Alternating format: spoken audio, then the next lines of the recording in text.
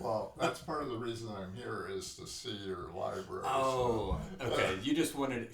I should probably just leave and let you Yeah, just I browse could the walk books. around and read books. It might not be very entertaining, but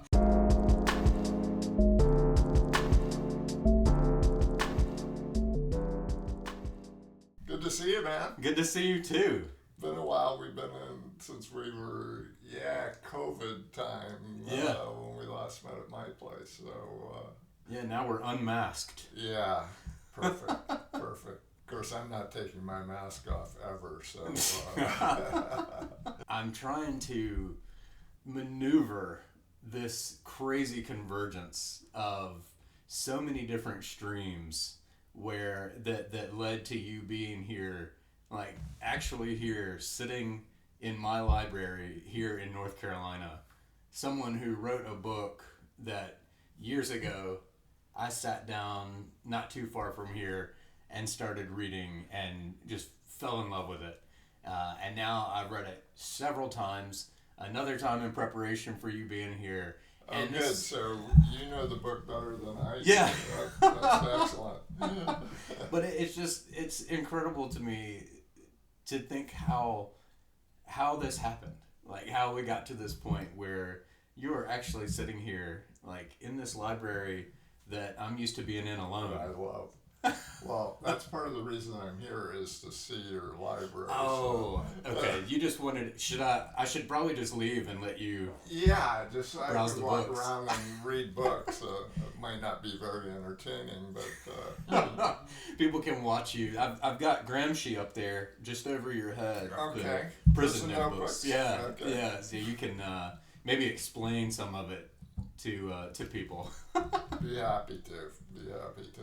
Might not make any sense, but Yeah. be happy to. Not to belabor the obvious, if you will, but it's just incredible to think that 4 years ago, in the throes of COVID, I showed up at your doorstep in California. Now you've shown up today at my doorstep in North Carolina. We met in Gettysburg there in the middle for the David Foster Wallace conference, but it's amazing to have you Well, here. thanks, Russ. Yeah. Thanks. I appreciate it. Yeah. Appreciate it.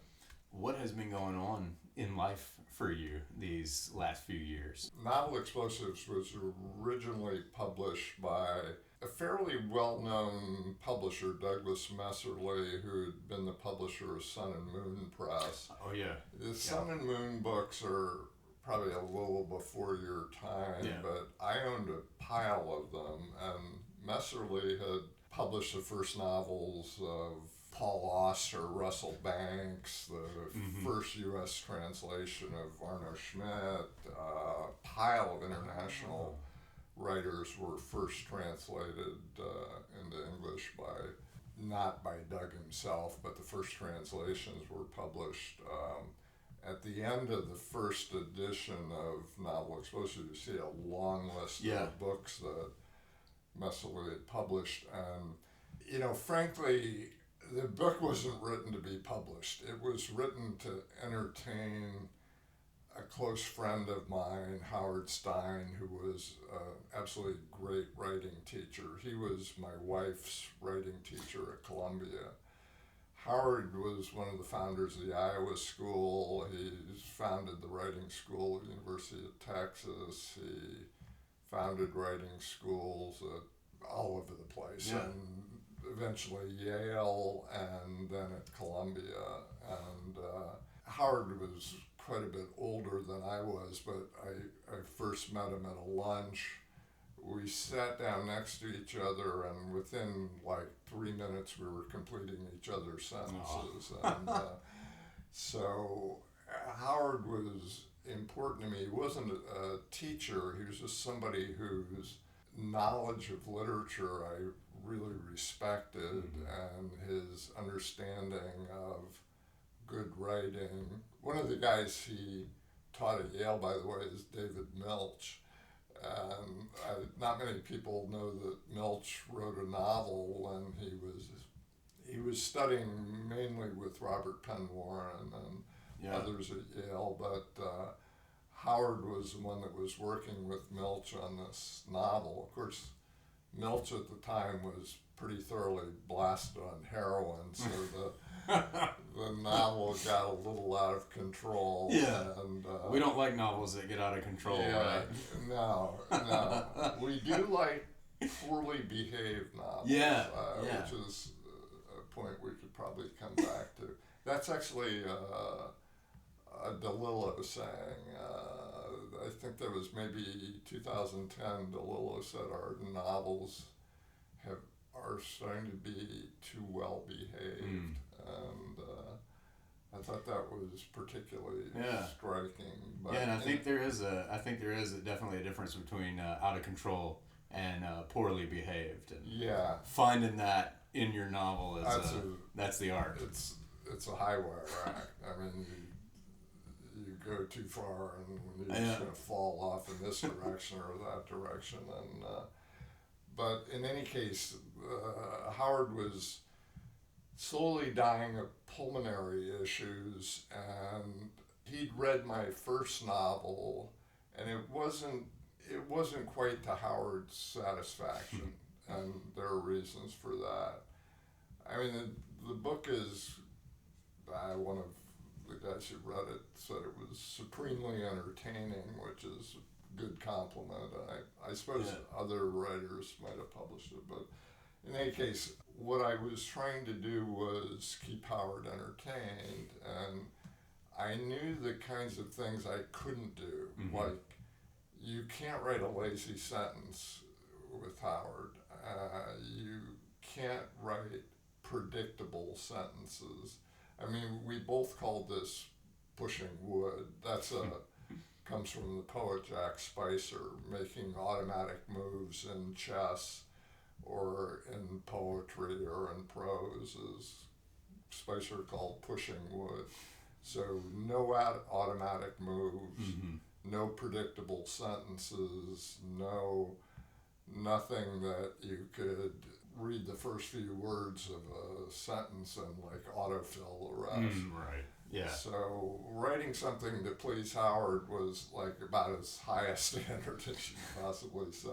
And so I started sending him chapters, and he would call me and kind of, let's just say he loved the book as it was progressing. And I remember calling his wife, Miriam Stein answered, and she said, I don't know what's in that book that you're sending Howard, but please keep sending the chapters as soon as they're finished, because I think it's the only thing that's keeping him alive. Oh my goodness. And one of the great things I got out of that is Howard had always wanted to be a writer, but he didn't think he was good at it, and so he taught instead. And one of the great things that came out of our interaction is Howard actually wrote a play toward the end of his life that all of his playwriting students, that's what he taught. Meredith was playwriting, and all of the playwrights he had taught got together and they actually performed the play for an hour. My goodness. And so there was a lot of good that came out of it. Beautiful. So when Howard unfortunately died before I'd finished the book, because I had problems. A couple chapters toward the back of the book were just, they read fine in isolation, and in the flow of the book they were absolutely awful. I mean, you cannot believe how bad they were. And so I had to rip those out and replace them. It took me, 15 months, 18 months to fix that. So unfortunately Howard died, but when I finished the book, I just put it in a digital drawer. I wasn't planning to do anything with it. I mean, the thing was, as it turns out, 700 pages long. I actually thought it was maybe 400 pages. That's how little I knew about publishing. And I just stuck it in a drawer. I was in the middle of reading Steve Moore's alternative history of the novel. Yeah. I started thinking, Steve might be someone who could give me some sense of, I didn't know if the novel was good, bad, and different. I finally got up the nerve to send Steve an email. I think I actually offered to pay him to read it, and he sort of laughed and said, just send it to me, and I'll warn you in advance if I'm not enthralled 15 pages in, I'm just going to stop. So what I got was an email from Steve marked at 3 in the morning. That sounds time. Right. Yeah. And he said, I'm on page 360. Yeah. And he read the entire book in a single sitting. I'm sure. He sort of insisted on my publishing. The first question he asked me is, who's your agent? And I'm like, agent. I'm a poet. Why would a poet possibly have an agent? And so in any case, he just sent the book to Messerly. To be honest, I don't think Messerly ever read the book. I think he just trusted Steve's judgment and just it's good judgment to trust. Put it out. So the book got out there in the world. I thought it's going to sell 200 or 300 copies and vanish. And what happened was Doug ran out of money, like publishers do all the time. He had like 30,000 books in the warehouse at Consortium, his distributor, and he couldn't pay the warehousing bills. So what he said is, look, I'll give you Zero Gram Press. For reasons I'll spare you, he owed me like $13,000 in royalty. He kept bouncing checks, and I stopped trying to cash him. And so I'll just give you Zero Gram Press in lieu of payment. It was like paying a debt with even more debt. I can't pay you your novelist royalty fees, but I'll give you a publishing house. So that's a long-winded way of saying what I've been doing for the last few years. Wow. Is running this press, Zero Gram Press. We try to put out at least a couple of novels per year, and we have a few editors who are friends of mine who are more like volunteers. They get paid a stipend, but I found that I particularly enjoy line editing, and so I've been doing that with some writers don't like you to touch anything, so I leave that alone. But if they want to collaborate, it's one of the few things in writing that you can kind of collaborate on, because everything else is solitary. I mean, you sit at your desk until your eyeballs bleed, and it's one of the few chances I've had to sort of collaborate in writing, and I really enjoy it. So that's what I've been doing for the last few years, and it's been fun. I really enjoy it. So. Oh, that's amazing. Yeah, and you, Sun and Moon Press, I think the only reason, it is before my time, but one connection I do have to it, to where I know what it is Green Integer now is starting to go through that Sun and Moon backlog and republish some of the books, one of which is some stuff from Wendy Walker, and she got in. I got in touch with her, or rather Pablo Capra, of Green Integer, got in touch with me about a book of hers they're bringing back, and then she pointed me to some of her older stuff that was published originally with Sun and Moon. Yeah, I should say Doug changed the name from Sun and Moon to Green Integer when he started focusing on international fiction. Yeah. Pretty much most of what Green Integer was doing was fiction and translation. His primary source of funding was from the Korean government, so he did a lot of translations of Korean poetry and prose, and a lot of it's quite interesting. But in any case, with Novel Explosives, it was both, as you know, the Green Integer format is like pocketbook size.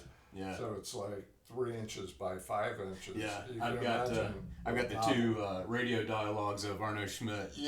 There from Green Integer. In that small format.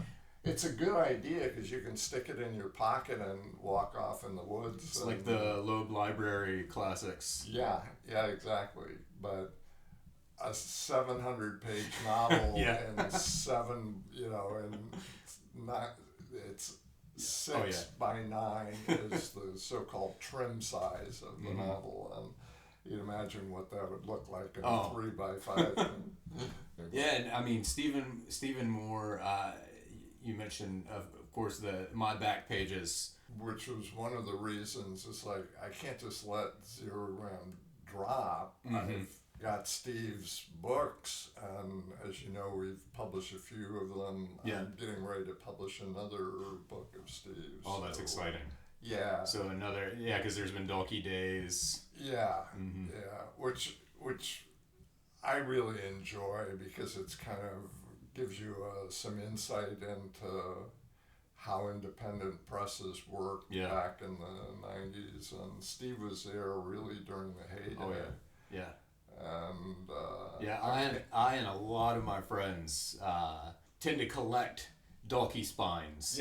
And old New Directions spines and stuff like that, and for a lot of us, shelves and shelves of Dalkey books. Yeah. But that time when, like you say, Steve Moore was in the heyday of all of that, and Dalkey had the review of contemporary fiction coming out, and now I collect these like old comic books now. I mean, they sat at that time kind of at the center of contemporary fiction, both between the magazine and I mean, very early on, they had a whole issue that David Foster Wallace did, and good luck finding a copy now. Yeah, exactly. Steve may have one. Probably, maybe one day we can get into Steve's personal library and poke around. You know, he lives in Ann Arbor, and maybe we should both just get on a plane and go there. We'll take this equipment with us. And exactly. Set up, see what we can find. Steve is an incredibly generous human. Yeah, he is. And he's incredibly generous to writers. And anyone who's writing he enjoys, he will help.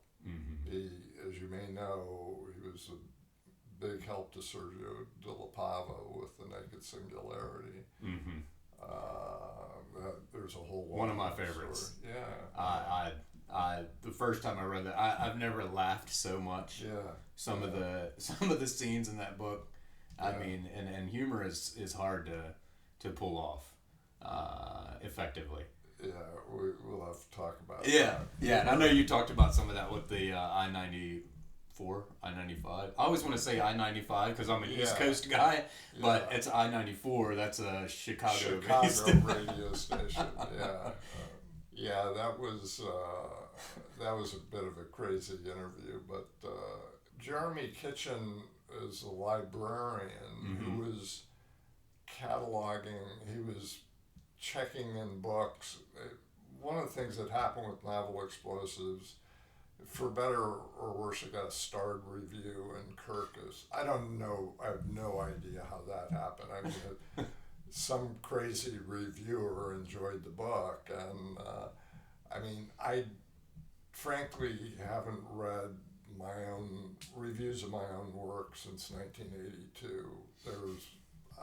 There's a long story behind that, but my work was overpraised in relation to writers that I absolutely thought were absolutely great, and it was just, it totally paralyzed me. I couldn't write for months. It's like I must be doing something wrong if my work is getting praise, and one of the great short stories of the 20th century isn't.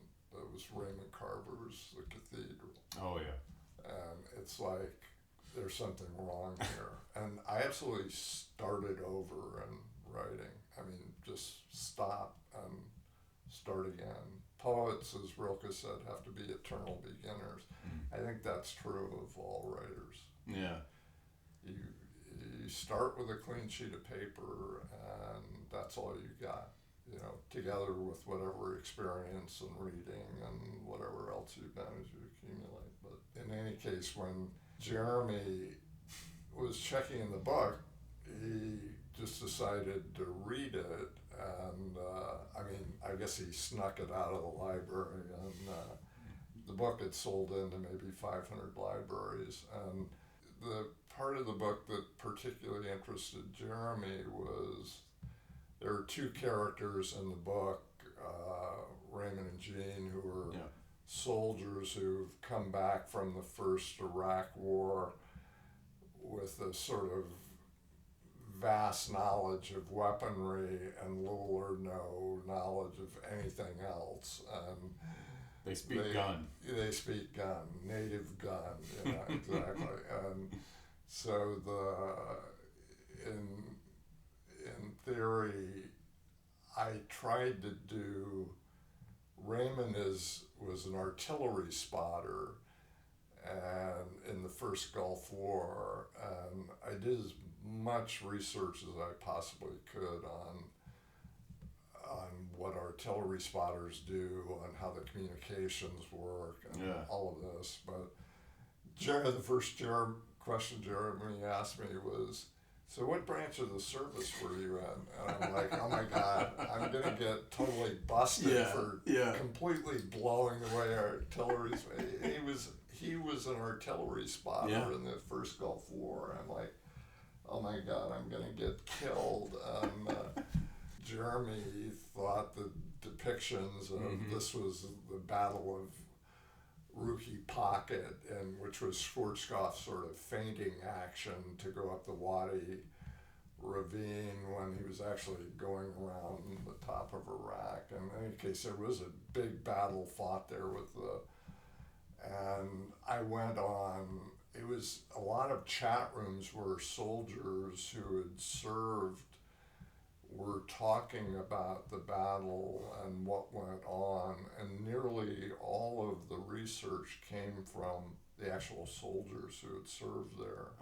Okay. So it wasn't just thumbing through back issues of Jane's Defense. No, and it's the same thing with the research on guns. I would go on chat rooms where gun guys would gather and just listen to how they talked about guns. And I was trying to understand kind of the glamorization of guns. Yeah. I mean, if you look at like a magazine like Guns and Ammo, you see like some automatic pistol on the cover. It's like pornography. Yeah. I mean, they're so glamorized. Oh, it's all fetishized. Yeah. Yeah. So. Yeah, that makes a whole lot more sense. I didn't know that about going and hanging out in chat rooms and listening in. That makes sense because there is, like, you found a good balance in some of the areas of discourse and the stuff that has to do with weapons. There's a lot it's sort of like blends the technical type writing that you would find in like a catalog or a magazine or something like that, but with stuff that you can clearly tell just comes out of the culture of the people using these weapons. Right. And now it makes more sense how you kind of blended the two. And I mean, Jeremy basically called you a great novelist by saying that, because this is great novelists, lie really well. They can make you think this person must have actually done these things to be able to talk about it like this. So I mean, huge compliment, I'd say. Just pure research wasn't going to get me those voices. Yeah. What do they sound like?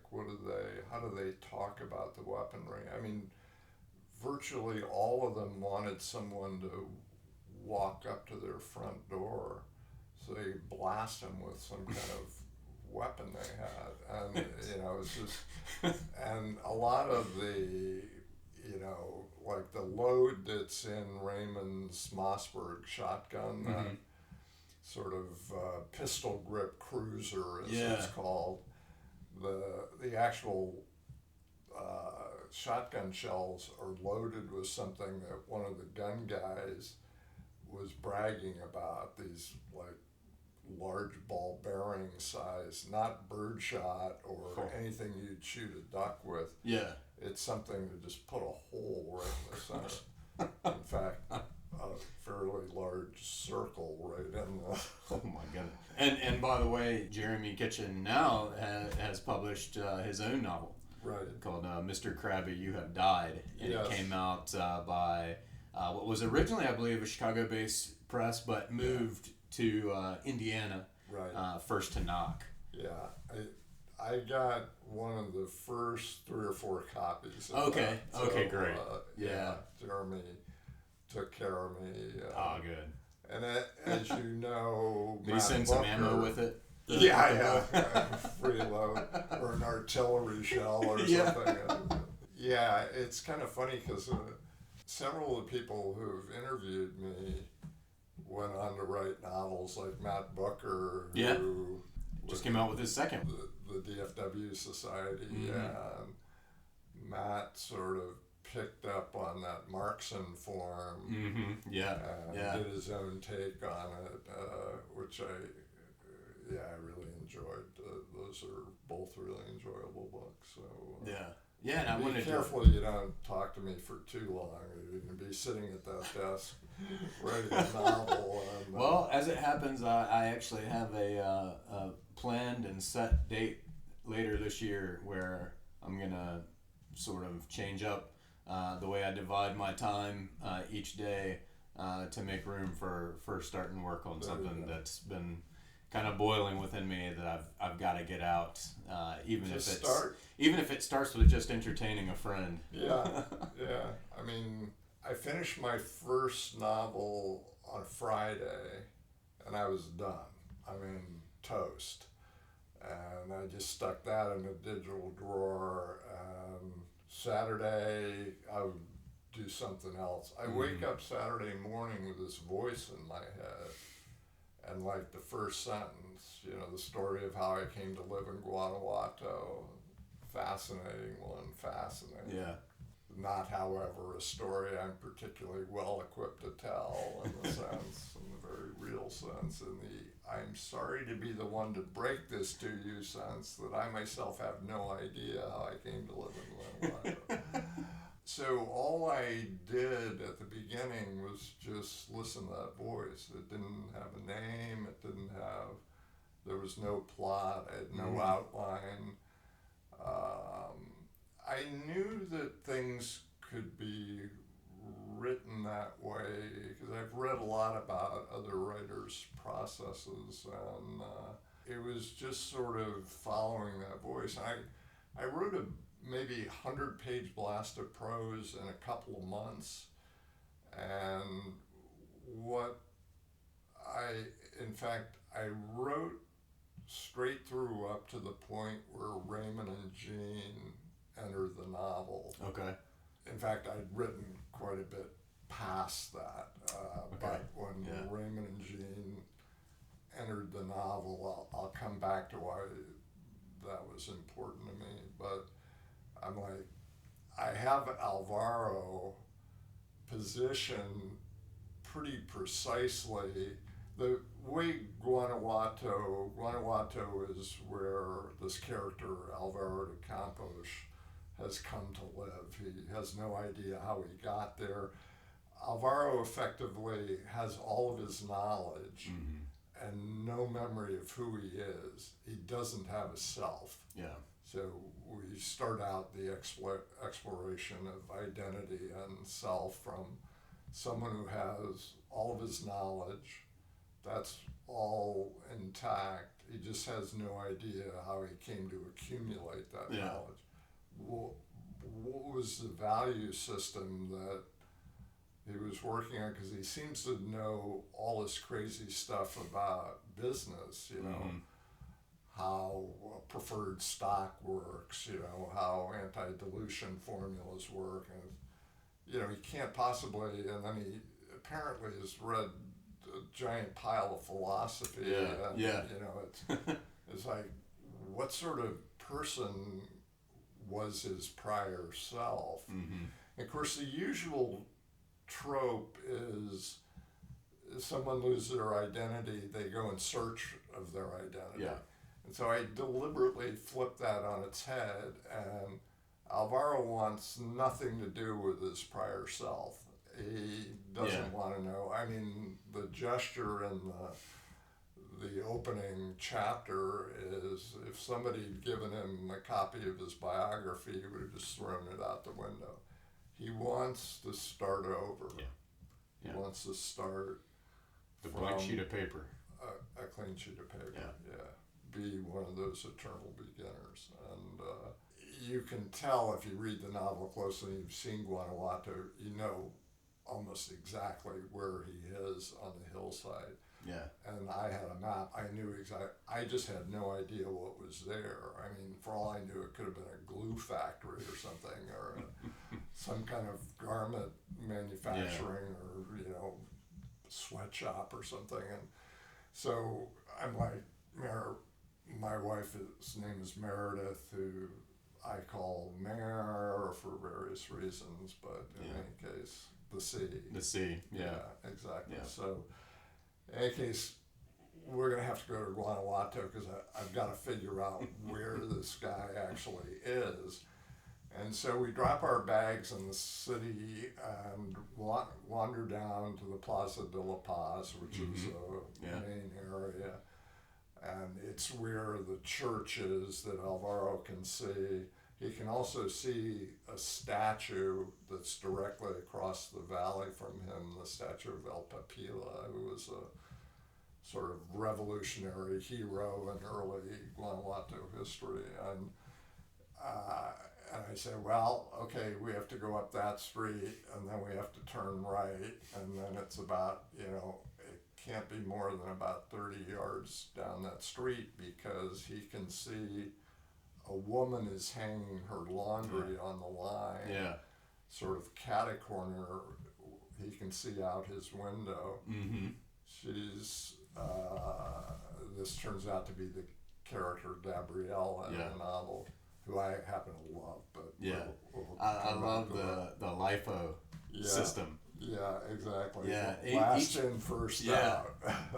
Each character, I like how each character, the way that I kind of think about it is, each character is their own sort of formal system, where there's an interlocking of time, language, and self or identity. Yeah. And you've imposed certain formal constraints on each of them. So for Alvaro, like you said, he has all of the objective knowledge, just the facts, intact, but he has no personal memories associated with any of them, which makes it really interesting to watch how you maintain that constraint.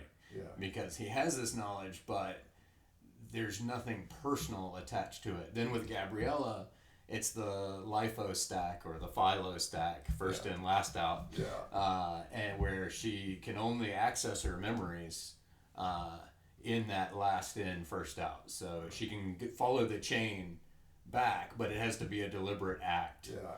And it reverses cause and effect. Yeah. If you think about it. Yeah. And then again, like we've said with the gunmen, with Raymond and Eugene, and they have their own things. Yeah. Raymond, the next indicated action is his thing. And with Eugene, he kind of likes things trued up and square, just like his farm, his fields in Kansas, Greenville, Kansas. Yeah. I actually went to Greenfield, by the way. I thought I'd read that. Yeah, to make sure. So you went everywhere that appears in the novel. There's virtually no location in the novel that I wasn't physically present. I'm not sure exactly what motivated that. I just thought the book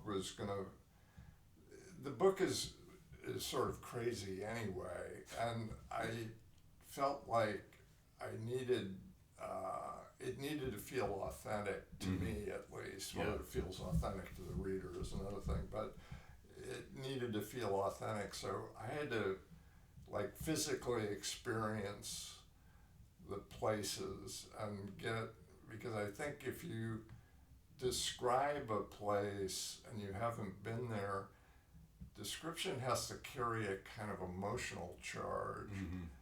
And if you haven't actually been there, you may have no emotion attached to it at all. And I love description that carries by an emotional charge. I could mean humor. I mean, it doesn't. Yeah. It could be any sort of dread, fear. Or I don't mean to make it sound sentimental. The place is like felt. That. Yeah. Instead of just described. Exactly. What you're describing is what kind of draws me to a lot of William T. Woolman's work. Yeah. Because you can tell he is very present in writing.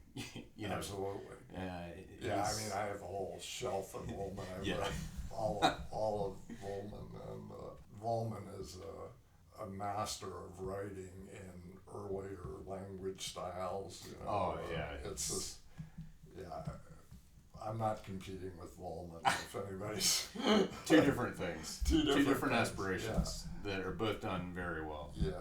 When I got to the street and we walked down it, I'm like, well, at least it's a 4-story building, because I didn't know what was going to be there. It could have been part of the University of Guanajuato. I didn't think it was, but I'm like, well, at least it's a 4-story building, so I'm not totally off. Yeah. And then I get a little closer and it's like, wow, it's a hotel. And I'm like, that's weird. And then I get up to the hotel, and the name of the hotel was El Maison de las Poetas. So that was really the name. The Inn of the Poets. That was really the name. And I sat there, I literally stood there for like 10 minutes not believing this. You would think the way a writer would do that the opposite way. They'd come up with the name of a hotel, and it'd be That's exactly what I thought you did.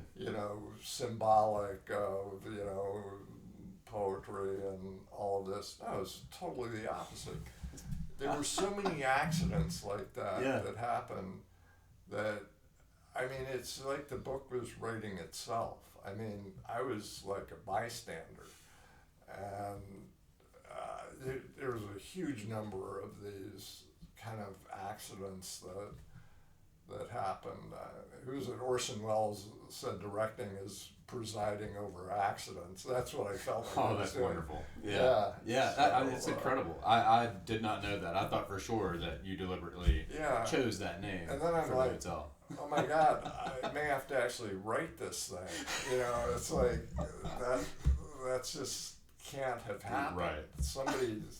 Somebody's sending me a signal to keep writing, but I actually went back and I truly didn't want to keep writing, Chris.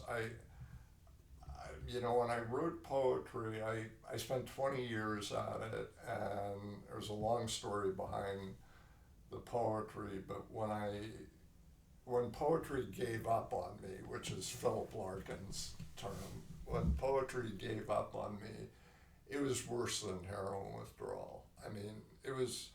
I couldn't read anything imaginative. I couldn't listen to music. I couldn't listen or read anything creative at all. It was just absolutely painful. And it was an awful 2 years. The only way I got through it was just throw myself into rescuing this company in Belgium. And it was, so I knew what happens when you go into this obsessive mode. You're not coming out of it until you get something that you think is at least adequate to your own standards, whatever they are, however you establish them.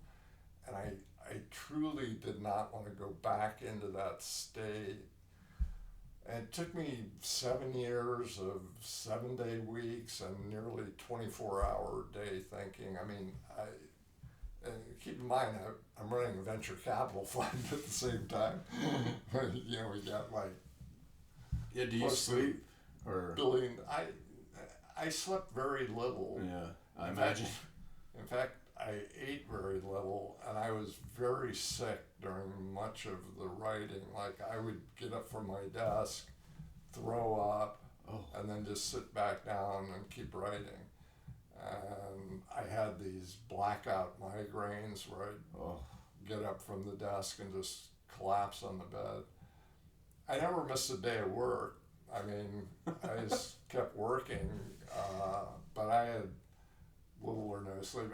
Meredith told me afterwards that if I hadn't completed the novel around when I did, she was going to do an intervention because she thought I was going to die. I mean, I don't have all that much weight to begin with. I lost like 25 pounds during the course of writing. Those are all my own problems. It's just sort of my way of writing. I highly recommend against. It's, don't write that way. Well, it's really interesting to hear you, the author, talk about how the poet within you, or the poetic part of you, sort of peeled off and fled. Given that, in the book, we find that the Alvaro character, and then the venture capitalist character, there seems to be a little bit of, I'm not trying to psychoanalyze you or tell you anything you don't know, but clearly, there's some invitation to view Novel Explosives somewhat as a memoir, right. Given the author blurb on the back and how closely it mirrors some of the characters, and seeing, they even nickname the person they're going after the poet. Yeah. The gunmen are going after for their boss, Gomez. But, it's... They also call him douchebag. Douchebag, yeah. So there's lots of names. JG even gets in there, which is really nice. But, and there actually is another mention when the venture capitalist leaves his office to go get some alcohol. Mm-hmm. He meets that street poet. The street poet, yeah. Who's an actual I wondered. I know, yeah. I wondered.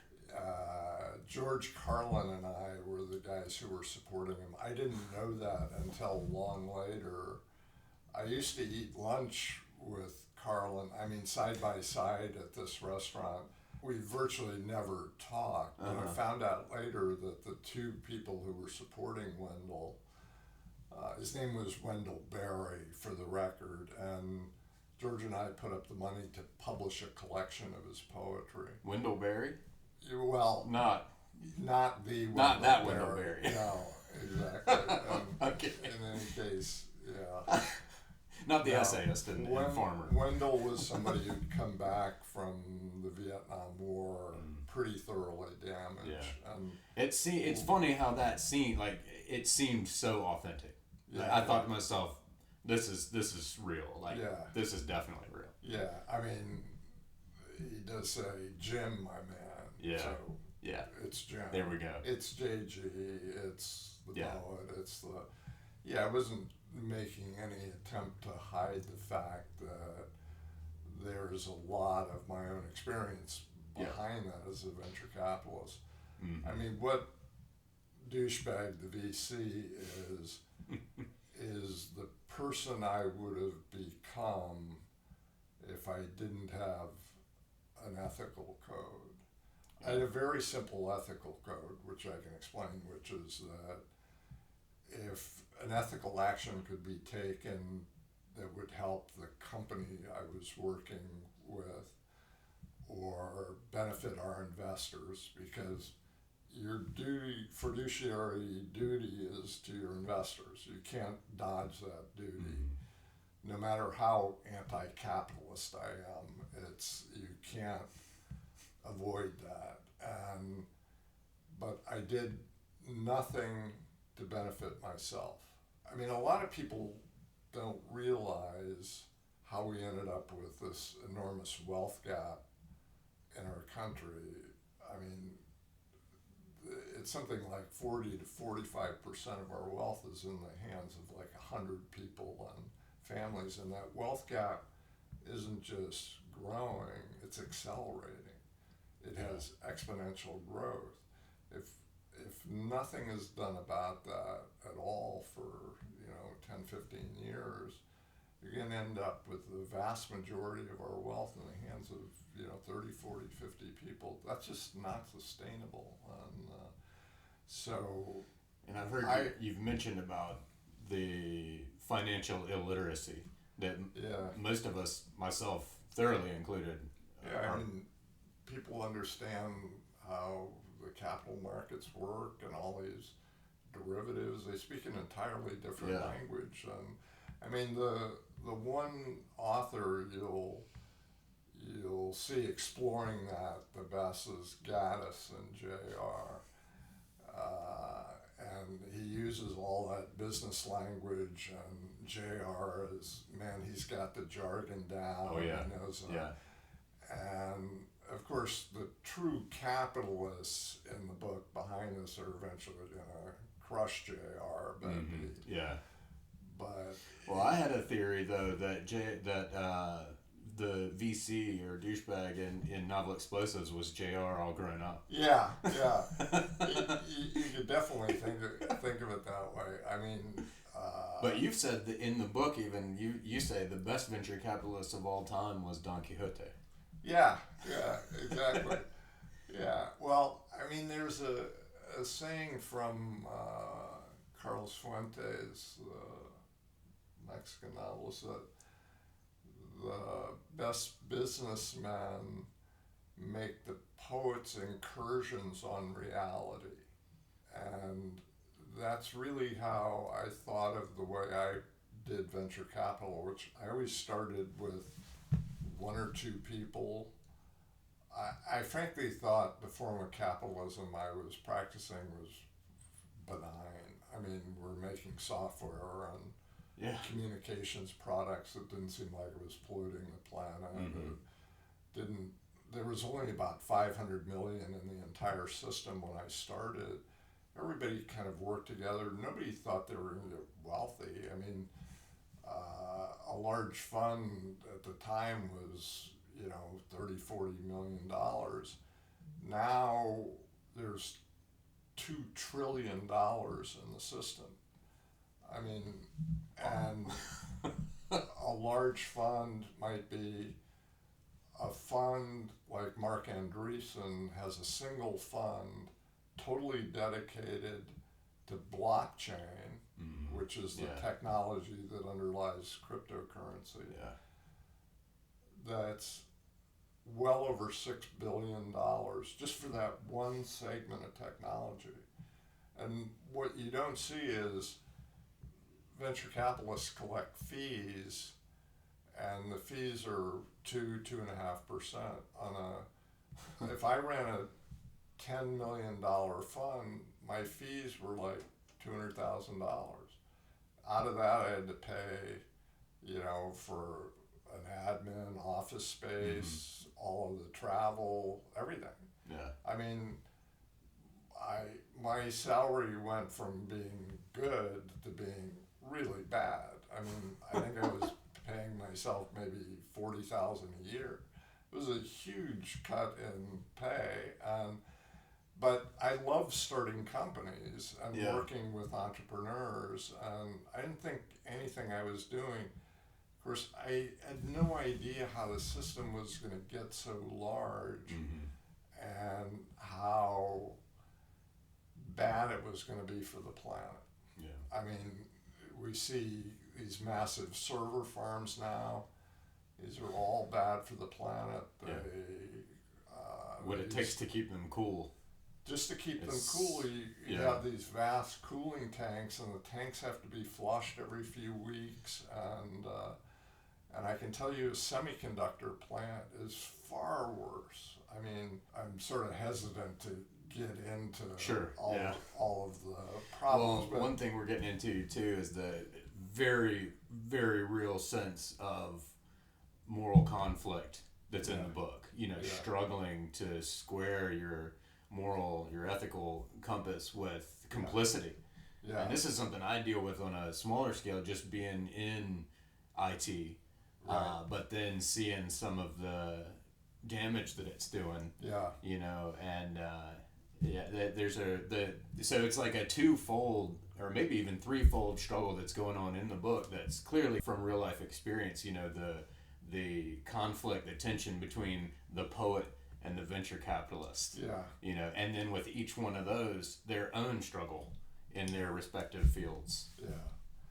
And hopefully it's clear to everyone by the end of the novel that the value system that prevails is Alvaro's. That venture capitalist, douchebag, whatever you want to call him, just withdraws and leaves the world to Alvaro, whose values Alvaro places very little value on money. Yeah. I mean, in theory, he finds out he's got $20 million in the bank, and in lavender Swiss francs with Bruckhardt. Purple Burkhardt. I love that. Burkhardts. That's wonderful. There's so that you have a lot of fun in the novel. It sounds so heady and heavy the way we're talking about it, but I do want to make it clear that it is a fun novel to read. No, if it wasn't entertaining, Howard wasn't going to read it. Oh, that's right. So, plus, I didn't want to write a novel that wasn't entertaining anyway. Yeah. It was just, and I didn't want any of this stuff to get, too heavy and dark. And I mean, there are parts of the book that had to be dark. I mean, I had to deal with the feminicides. Yeah. You can't deal with Juarez without dealing with the feminicide. So, and the funny thing was, there were two books I couldn't read before I finished Novel Explosives. One was Infinite Jest, because I knew too much about, David's love of dictionary reading. I've been reading dictionaries since I was a little kid. And he's sort of a grammar geek, and I was sort of a grammar geek, and my wife is actually way more of a grammar geek than I am, but she corrects me all the time. Oh, so, I love that. Yeah, exactly. I do a pronoun reference wrong, and she's like all over me. Oh, no. He read Wittgenstein, and I read a pile of Wittgenstein, and he has a great afterword to Wittgenstein's Mistress by Markson too. Yeah. Wittgenstein's Mistress. What a book that is. Anyway. And the other book I'm guessing is 2666. Yeah, exactly. Because I knew Bolaño. He sets it in Santa Teresa, which is an imaginary Juarez version of Juarez, and all of the stories that are in there grow out of things that actually happened in Juarez. The German character who's locked up in jail, and that's an actual human that was there. And what I was worried about was that he was going to find a great way of dealing with the feminicides, and I didn't want to know. If he'd found this perfect way of dealing with the feminicides, it was like I was going to be lost. And of course, we know the way he deals with the feminicides and the part about the crime. Very, very clinical. Very austere. I mean, since Bolaño isn't around to defend himself, I'm sort of reluctant to get into this, but that whole part about the crimes is taken from a book that I read while I was researching the feminicides. I've heard about this. It's the book was long out of print. I found it in a bargain bin in El Paso, and just read it. It was the Journal of a Year. It was 1996, where there were 278 reportage style, dry, clinical, just the listings of the clothing that remains, the articles of things, all out in the desert. Bolaño didn't plagiarize this. I want to be clear. I think what he loved was the tone of it. It's very dry. It doesn't get into sentimentality, and it fits perfectly into the sequence in the book. And I think it's magnificent. It just happens to be taken from a book. So when I read it, I started laughing. It's like, oh my God, he used the book that I already read. And in any case, Bolaño wasn't cheating. Great writers steal, let's face it. And Bolaño was certainly a great writer. You sort of blend it in with its complete opposite, such that we get the young women on their way to the maquiladoras, hopefully they'll make enough to buy some spoiled milk, versus these lavish dinners with investors and so on, that they then don't even have to pay for out of their own pocket. At the end of the dinner, they give it to their accountant so that they can figure out how to pawn it off as a rounding error, and it just disappears. I mean, it's just the and that contrast is actually in a single paragraph that opens. Raymond and Jean were getting mentally prepared to head out of Roberto's. And, and it's sort of this contrast between the capitalists that run the maquiladoras, or maquilas as they're called. These are the production plants that assemble mostly electronics, and it sort of shows the contrast with the women. It's almost all young women.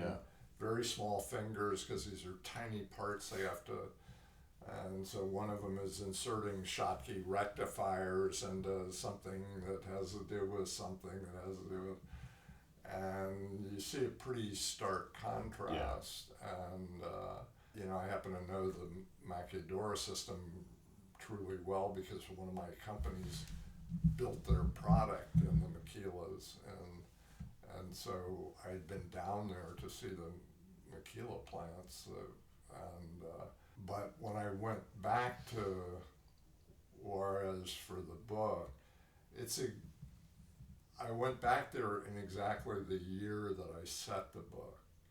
So it's set, for those who haven't seen the book, it's set the week after April 2009. There's a reason it's after Easter. Easter, excuse me. Yeah, so it starts on the Monday after Easter. One of the key parts of the book is on Sunday, which is in Mexico. This is actually a tradition that's taken from other forms of Catholicism and Eastern Orthodox, but it's called Divine Mercy Sunday, when even the most hardened of sinners can be forgiven their sins. And so Alvaro sort of imagines everybody putting their weapons in the flower beds and, and being forgiven their sins, and we can all just start over. And but it was sort of written in a way that I was actually in Juarez at exactly that time. So much of what's in the book is stuff that I experienced. When douchebag, guided by Gabriella, he wants nothing to do with Juarez. He thinks he's going to El Paso. He's trying to figure out how this scam works that he got caught up in, and he thinks somebody's going to explain it to him. And he's like, "Here's your money." He's parked by a parking lot that's actually there next to the Stan Street Bridge, and he sort of peels out. And you think we could set up some novel explosive tours? And have people go on all the different stops. Make it a new Bloomsday. But exactly what happens to the douchebag, or whatever we want to call a VC. I mean, I do call him douchebag for a reason. Sure. Exactly what happens to him happened to me. I drove across the Stan Street Bridge. I was warned in advance because a woman at the desk said, "Do not go in there. Whatever you do, do not go in. Do you really have to go?" And I said, "Yeah, I do." I sort of said it was for business or whatever. But I get to the toll booth at the Stan Street Bridge. There's no traffic on the bridge. Now, that should have been a warning of something. But I'm going in anyway. And so I drive across the bridge, and the woman at the hotel had said there was supposed to be an information desk on the other side, and you could even pick up maybe a student from the University of Juarez to take you around. Well, there wasn't an information booth. There was an armored infantry battalion, which is in the book. That was literally there, and guys with automatic rifles just waving me on. And when the VC goes across and gets across the bridge, he winds up on a street. He has no idea what street it is. You know, pick any street. That's the one I'm on. Yeah. That was me. I mean, I didn't actually get stuck behind a soft drink truck that was unloaded. The Pepsi truck. Yeah. The Pepsi truck. In fact, there was virtually no traffic. Oh my It was totally eerie. And the one thing I was told to do is don't stop at stoplights, stop signs, don't stop for any reason. You have Texas plates on your car, you're obviously a gringo. Yeah. And they were getting kidnapped and murdered, and so you're I basically an driving. Ishmael who survived to tell about it. Yeah, well, I mean, I don't want to make this sound heroic. I was just driving around, and I just kept driving, but I had to go see the Cuernavaca subdivision, which is where the narcos, the drug traffickers, the drug death cartels houses had buried. So I had to go see the Cuernavaca subdivision. It was totally eerie, Chris. There wasn't a single person walking around. It's middle-class homes, and the home, the Pale Taupe Ranch house that's in the book, is taken right out of a house that I went by. And I went by all the death houses where all these, and it was very creepy feeling, because I had the sense that the whole neighborhood was watching me. Yeah. Like, what is this guy doing? And I thought, if I stay too long here, I'm going to have a problem. So I sort of backtracked and then, drove out towards Anapra, which is one of the most impoverished parts of Mexico. It's just, it's frightening. But I hope you can tell that I love the Mexican people. I've been in, I think, 16 or 17 of the states of Mexico. I've traveled all over Mexico. Yeah. The Mexican people are inviting, warm. I mean, you get to know someone. They invite you into their home. They want to make dinner for you. The problem has to do with everything that isn't the people. It's the city police. It's the state police. It's the judicial police. It's the so-called federales, which is a U.S. term that shouldn't even exist. But every time I come out of Mexico, it's like this huge sigh of relief. Of course, I'm not sure how much of a sigh of relief I'm breathing these days, but we'll leave that out. We won't go. I want to talk a little bit about and you started touching on it, the way you've structured the book. I just had, for this last reading I've done of it, I had someone join me as a, quote, buddy read, which for us just meant we sort of read it around the same time and touched base on it here and there. Nothing too formal, but the two things that he found so wonderful were the same two things that keep standing out to me. One of which is the time dilation scene way towards the end of the book when Raymond fires a gun, and we can talk about that in a bit. Just wonderfully executed and perfectly symbolic of a lot of themes that you've got going on, but also the structure. So when we come, and I made a little chart because I have it in my mind. I saw that when I'm going. Chris is doing the exact same thing. That's my entire outline of the book is practically that on an index card, it's right? on one side of an index card. And it was just the days of what happens on what day of the week. Yeah. I'd wake up in the middle of the night and go, "Oh my God, that can't have happened on Wednesday. That had to happen on Thursday. Oh, it's okay. Yeah, that did happen on Thursday." Yeah. So, you've said a little bit ago and elsewhere about, talking about parts that you wrote that you ended up having to throw away because they just did not work.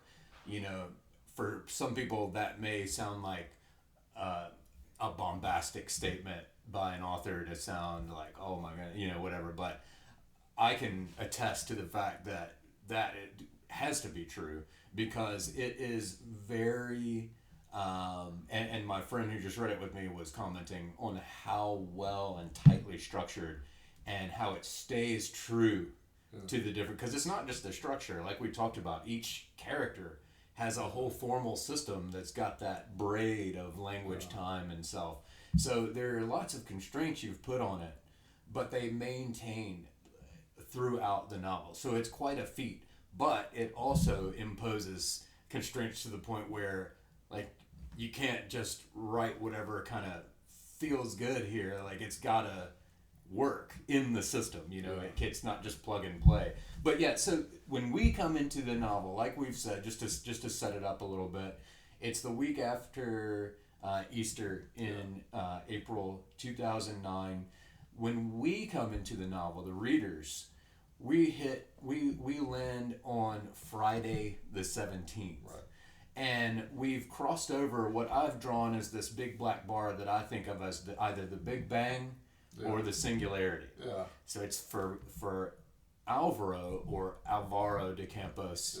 Yeah. He gets corrected at some point in the novel on pronunciation. But I like to think of him as Alvaro, with the stress that kind of the non-Portuguese speaker puts on it. Because he's not exactly, you know, it's a joke. I think it would have sounded kind of phony if I put the accent mark over the A. Right. Alvaro. And as you know, I paid a lot of attention to the rhythms in the book, and that was going to make all the rhythms more difficult.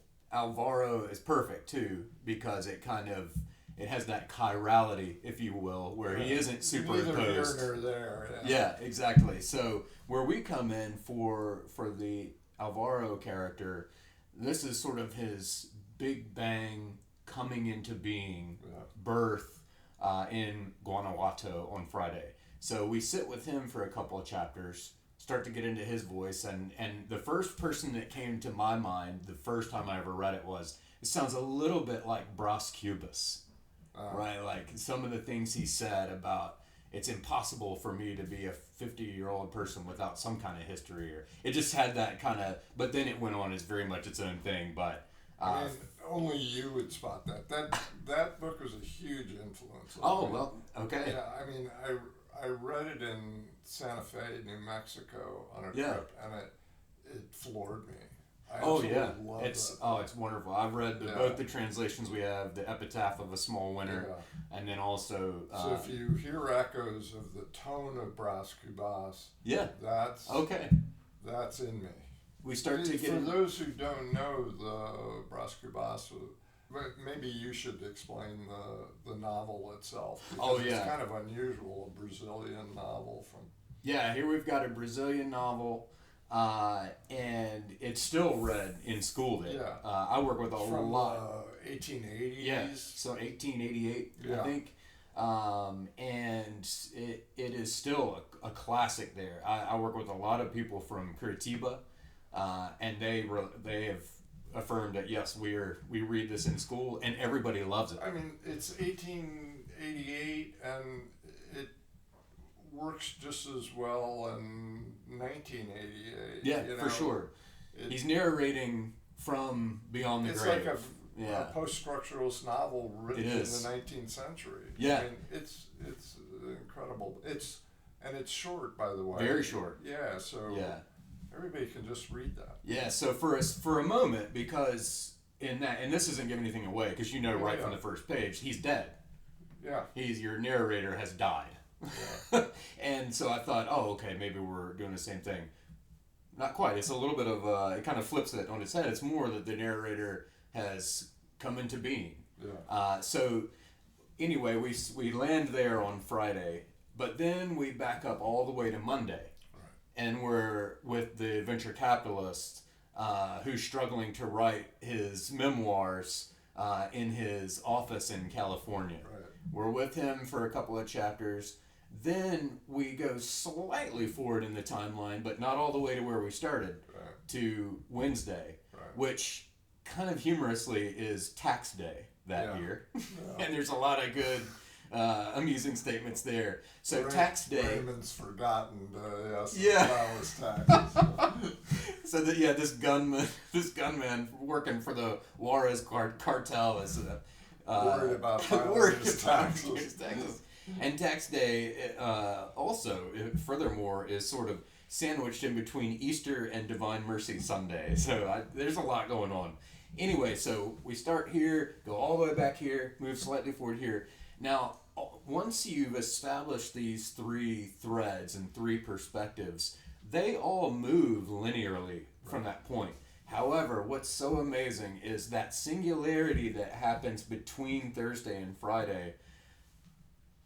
Alvaro's is the only one who's on the other side of that, moving away from it, and the others are on the other side of it, moving towards it. Right. So as you continue to read, you get the sense that, okay, something has gone down on Thursday. Yeah. Like, Thursday clearly is this crossing over. Yeah. And we're headed away from it in one voice and headed towards it in others. And the way you handle the converging timelines and perspectives and the way you use a mirror inside a house, I mean, it's so well designed. Like, honestly, when I just read it this last time, I thought, maybe this will be the time I'm finally tired of this novel. But in fact, I'm finding the opposite to be true. I'm tired of it, Chris. Feel free. I didn't have to labor to bring it out. Yeah. So, I'm. It's like when someone brings their kids over to your house and you have fun playing with them, but you don't have to take them home. Yeah. But it is. It's incredible. So, yeah, the way you do that. And then Thursday is that denouement. So the way you have that in the middle of everything that's going on. And there is a lot about, I think, for some people, this singularity, if you will, is going to be the end. Yeah. For Alvaro, this is a beginning. And the way it ends, I think, is beautiful. Yeah. Especially where there's a callback to what I think is a very poetic sentiment about at the time that it's first established, 4 stars in the sky, how can this be possible? It's what it means then is more like, how could I go my whole life amassing all this knowledge and knowing what all's out there, but I can only name 4 stars. Yeah. Almost like, this is absurd. By the end, we now have a 5th star in the sky. And it's a very beautifully well-structured, well-constrained novel. I mean, to be honest, I didn't know when I wrote the end of that whether people would hear the echo of the first time, because what Alvaro realizes is he's apparently spent most of his life doing anything other than looking up at the sky, the cosmos, the stars are all right. Realize he only knows the names of 4 stars, and he has sort of some kind of mnemonic way of remembering. Oh, yeah. I mean, so the first time he says it, it's like, how ignorant am I? Mm-hmm. And then the echo of it is 5 stars, 5 stars in the heavens. Mm-hmm. How could that even begin to be possible? Meaning, how did we get here? Yeah. How did we end up with this miracle of a planet that's not only able to so precisely positioned in relation to its star that it's able to maintain an atmosphere and then begin to form life and then begin to form more and more forms of life and eventually develop a species that's actually conscious of the cosmos itself, that has the ability or should have the ability to recognize the miracle of its own existence. Yeah. And this is a tragedy to me if we don't recognize that our planet and our consciousness and our ability, hopefully, to find a value system that can sustain the planet. If we can't find that, it's discouraging. But I leave the novel on a hopeful note because I do have hope. I do think that we're capable of changing ourselves. I mean, it has to change at the level of our values. There's no regulatory fixes, or capitalism isn't going away. Yeah, right. It's you can't just impose a Swedish model on the U.S. No. because, Nah. or I should say the Scandinavian model, which is they place far less value on money than we do. They don't have the enormous wealth disparity. No, not at all. So you can't just impose that because we have an entirely different set of values. And so, but in any case, the entire structure of the book was in my head. And what I had written down was the days, so I wouldn't make mistakes about it. It was frankly just because there's a lot of events that go on, and I needed something that I could make a quick check that I hadn't made a mistake. Yeah. But the whole intricate structure of the book was in my head.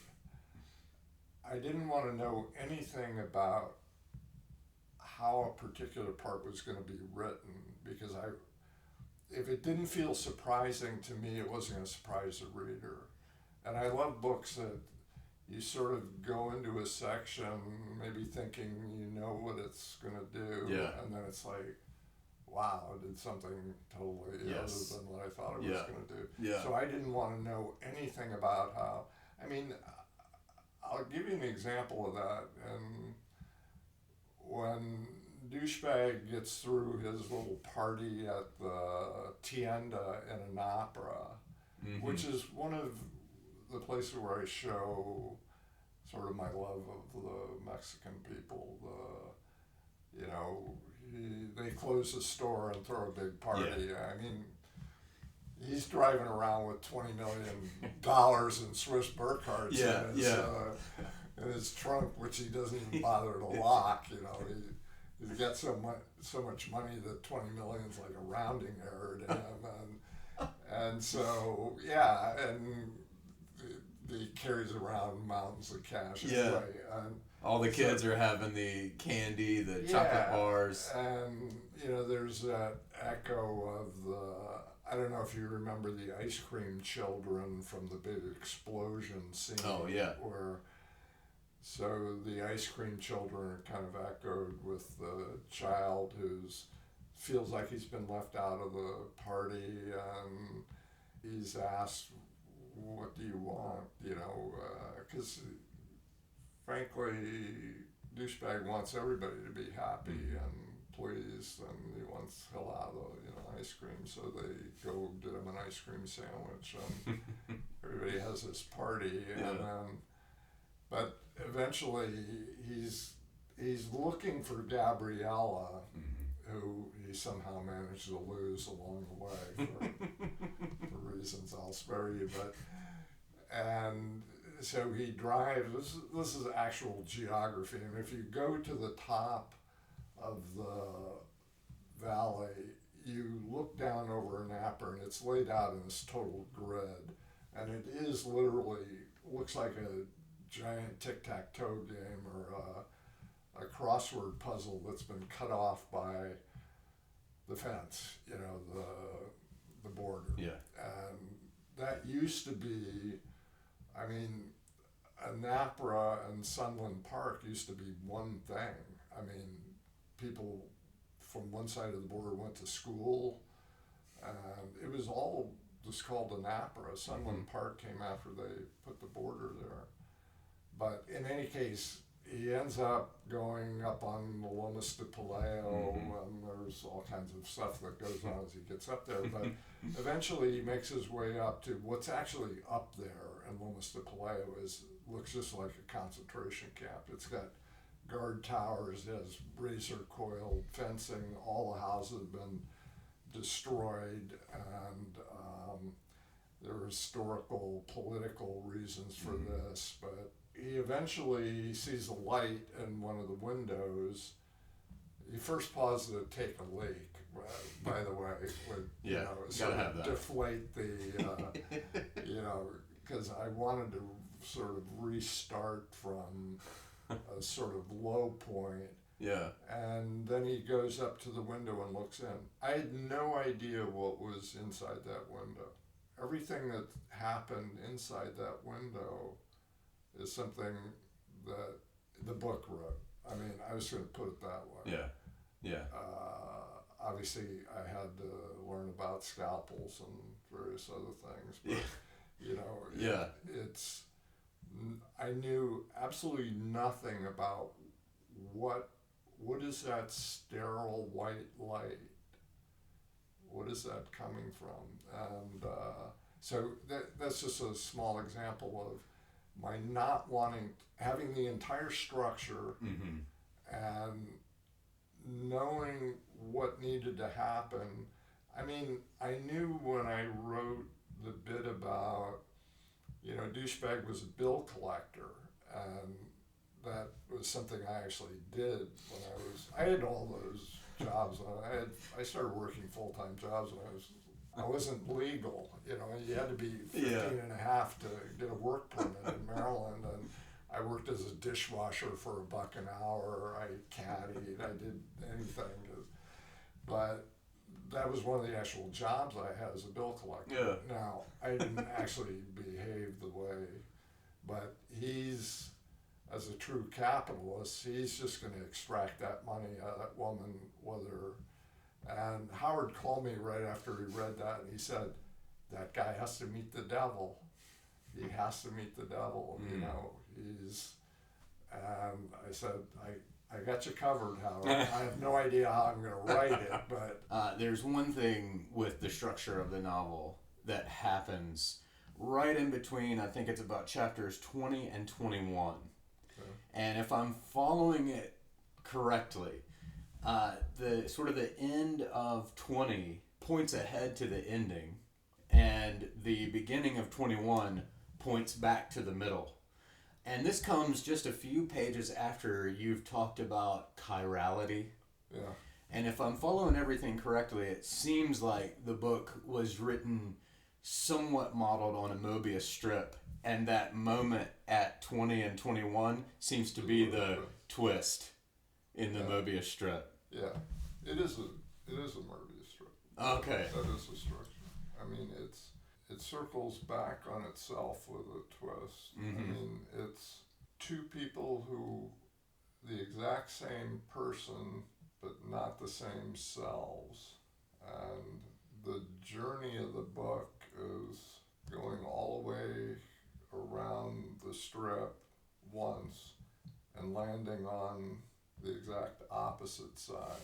Douchebag and Alvaro are on opposite sides. You know, if you continue with the Mobius strip, you just end up at the same point. Yeah, but flipped upside down. Those chapters separate and point in different directions on the Mobius. I'm a mathematician.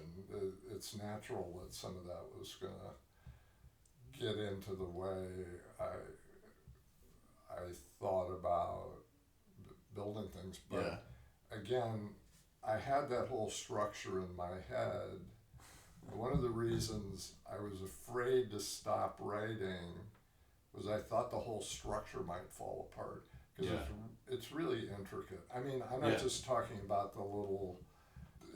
It turns out that the reason Raymond and Jean can't find the venture capitalist at his hotel is because he's actually home sleeping in one of their bedrooms, you know. Right. That's just sort of one of the games you can play when... And that's actually not all that improbable if you drive into the MacGuffin area, because there's only a couple of bars there. That's where Ray and Jean live, and they just go there for a beer. You know, it happens to turn into a party because somebody's having a quinceañera. But it's not all that unlikely, because I drove around in that area, and it's like, oh, that'd be a great bar to just have a scene where, you know, the douchebag and Ray and Jean intersect, because there's nothing else around here. I mean, if Ray and Jean are going out for a beer, this is where they were going. And so it's set in that. It's kind of amplified because that place doesn't actually have a pool table in it, and I had some games I wanted to play with pool. Sure. Anyway, so no, you're exactly right.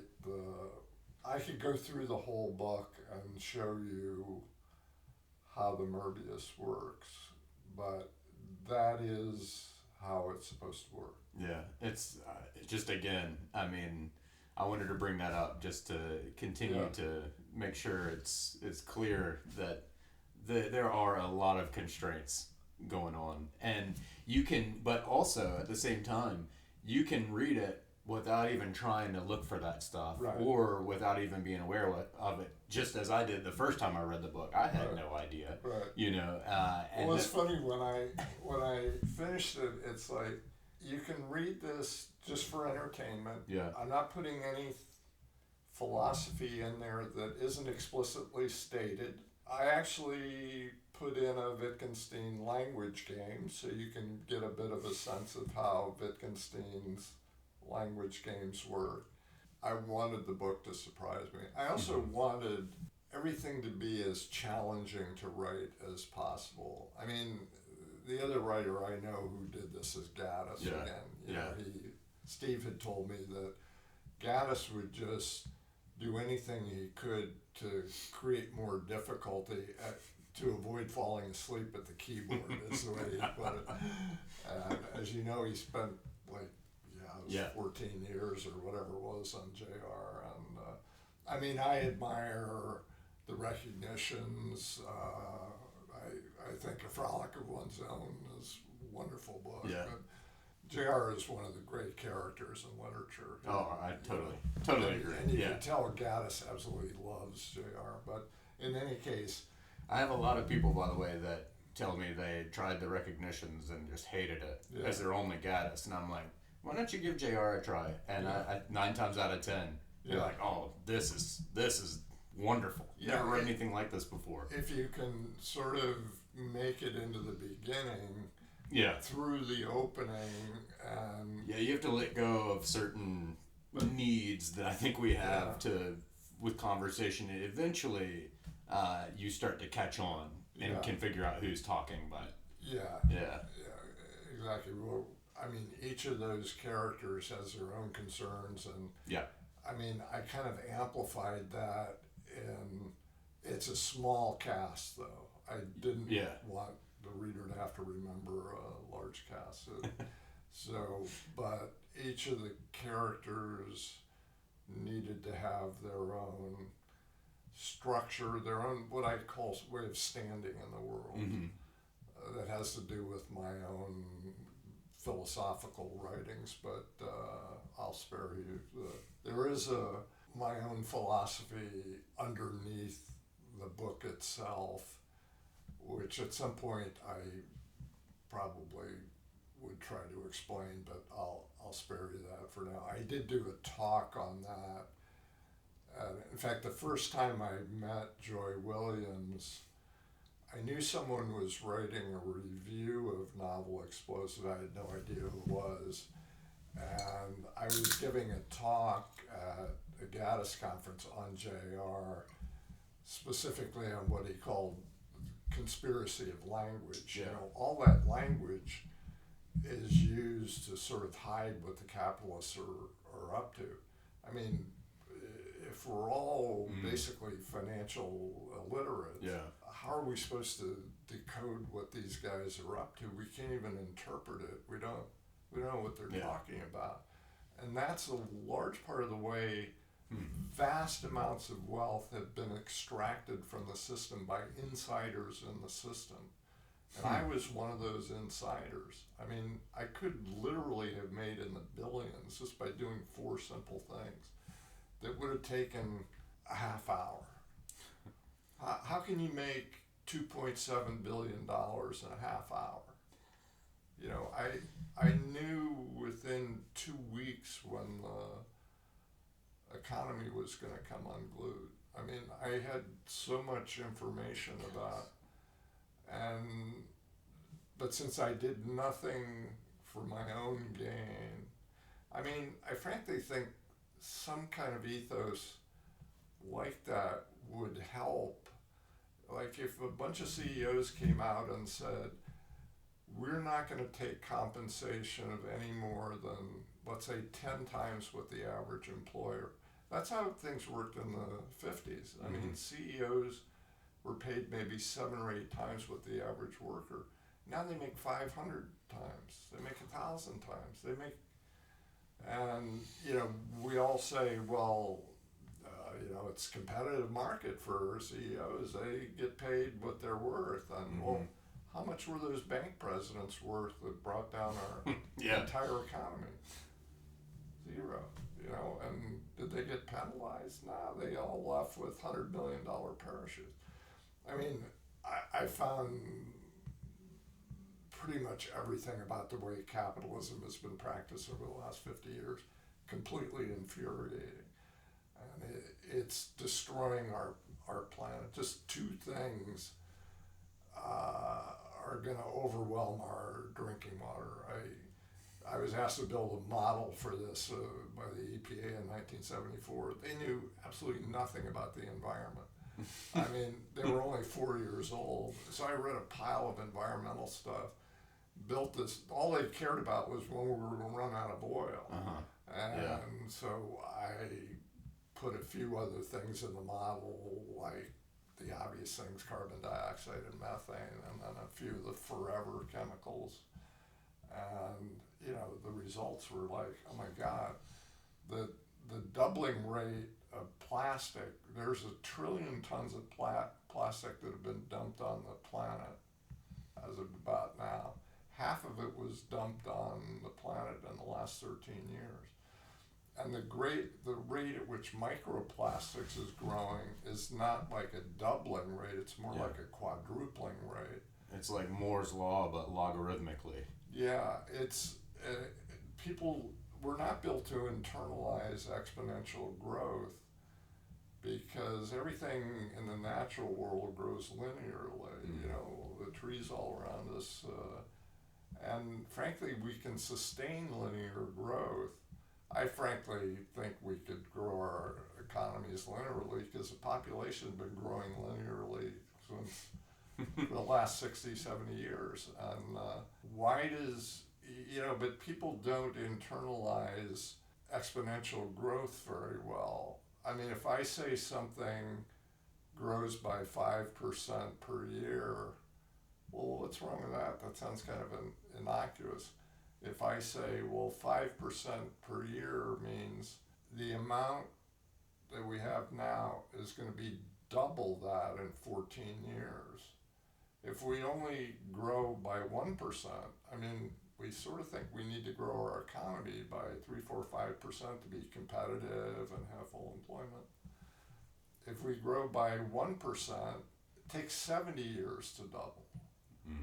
I mean, if we could find a way to grow our economy at a slower rate, we'd at least have time to sort some of these problems out. Anyway, I promised my wife I wouldn't go off on the anti-capitalist rant, so I'm not. But I think one of the things that I hear you touching on, though, that should land no matter what level of financial literacy we have, economical literacy, whatever, just for everybody is. I often think, how can we be satisfied with less? And of course, this has been taken into all kinds of different movements to the extreme, but how do we, because we just seem to be so conditioned to need more and need more faster. Even COVID showed me, like the grocery store, people were showing up and you'd have one person come through and buy 50 packs of toilet paper just for themselves, and now the people coming in behind them are like, there's none left, so they finally, our grocery store started saying, limiting how much each person could buy, and it just showed me, I'm like, there's a fear there that we're going to run out.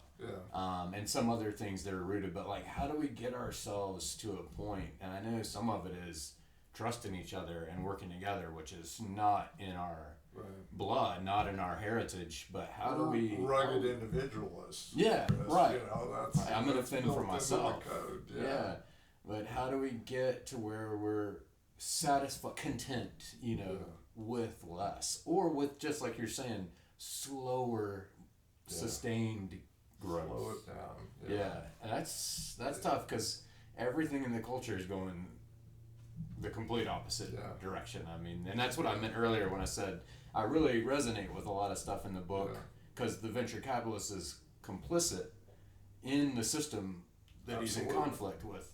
And for me in technology, I can tell you exactly how much he's worth. He's worth $4.7 billion.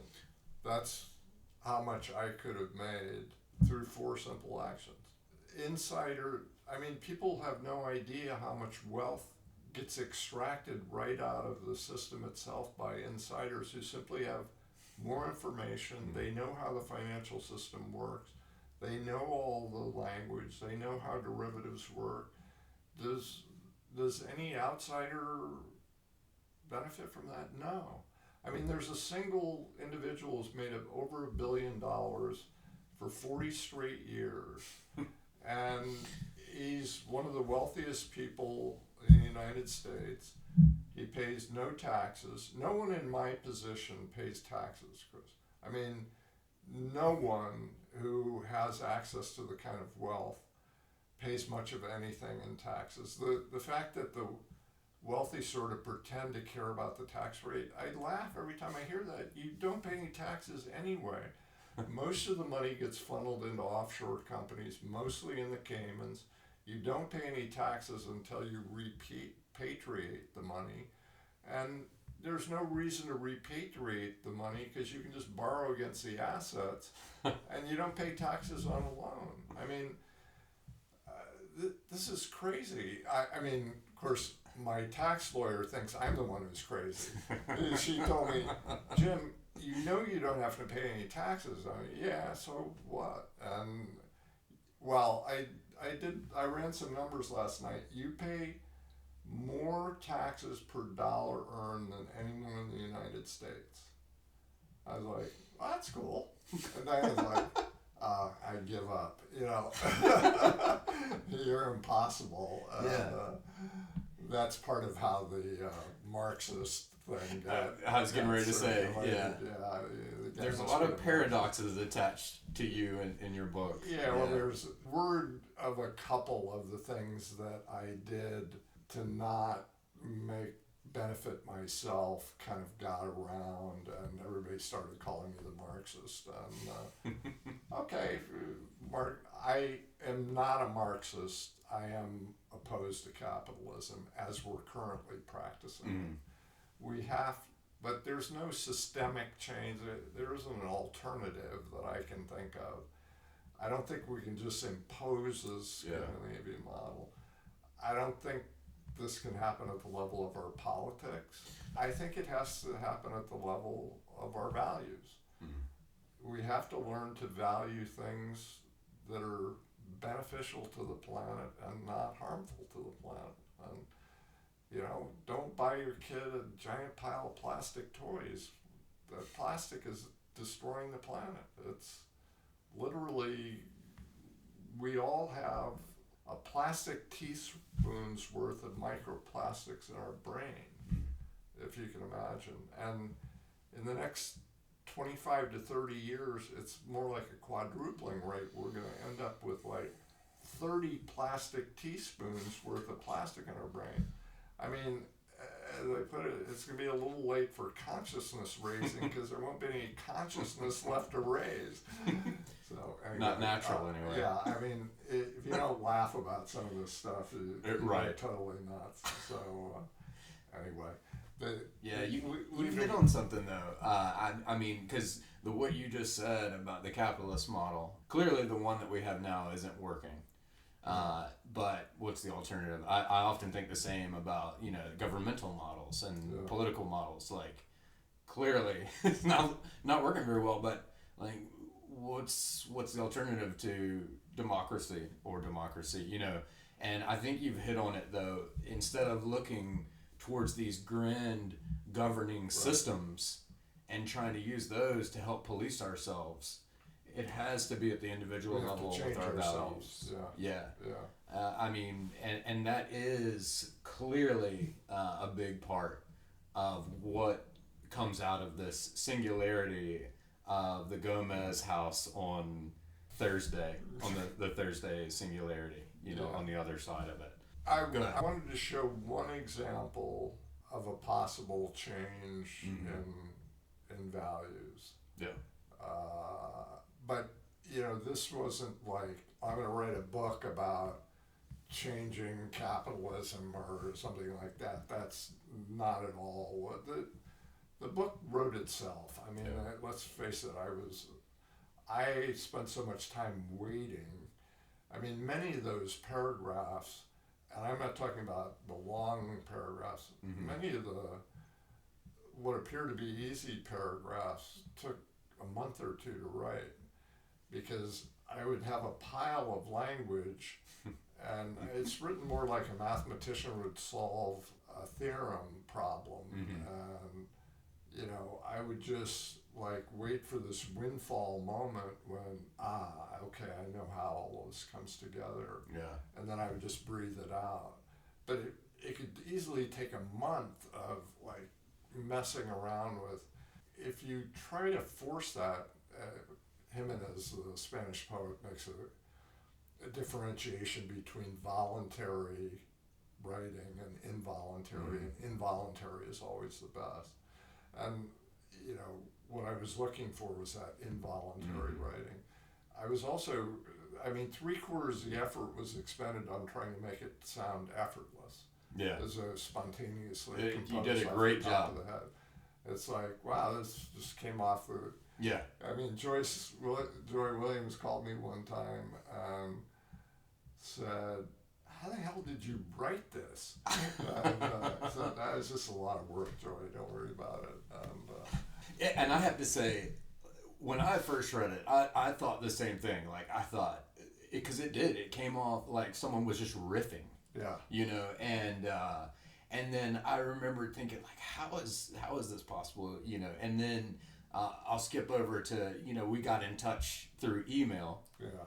And you emailed, much like, not the long, but there were. I could tell I was emailing with the author of this book. I was like completely different.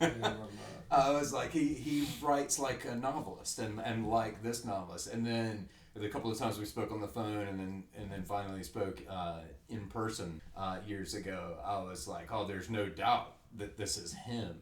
And this is because when I read it, this is before ChatGPT and all these types of things. So it's not like I could nowadays, you read something like this and it's like, did a human put this stuff together?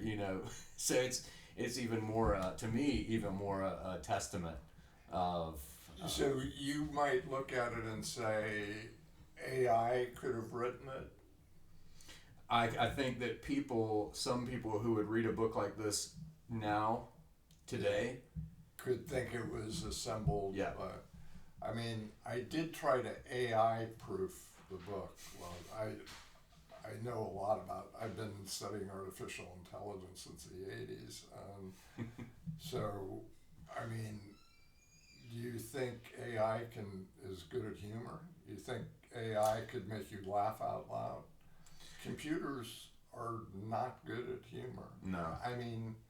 Laugh out loud humor. So a lot of the humor in there is like, a machine couldn't do that. Yeah.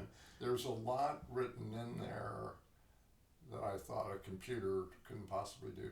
Computers can imitate, they can take in vast amounts of other types of writing, and they probably write something that sounds exactly like novel explosives or some version of it. What I don't think they could do is create it. No. I don't think they could.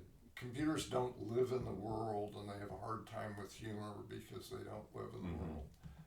Part of humor is sort of pulling the rug out from under somebody else, and the context shifts, and it's like, wow, what was that? So in any case, we could argue about whether AI could have written the book.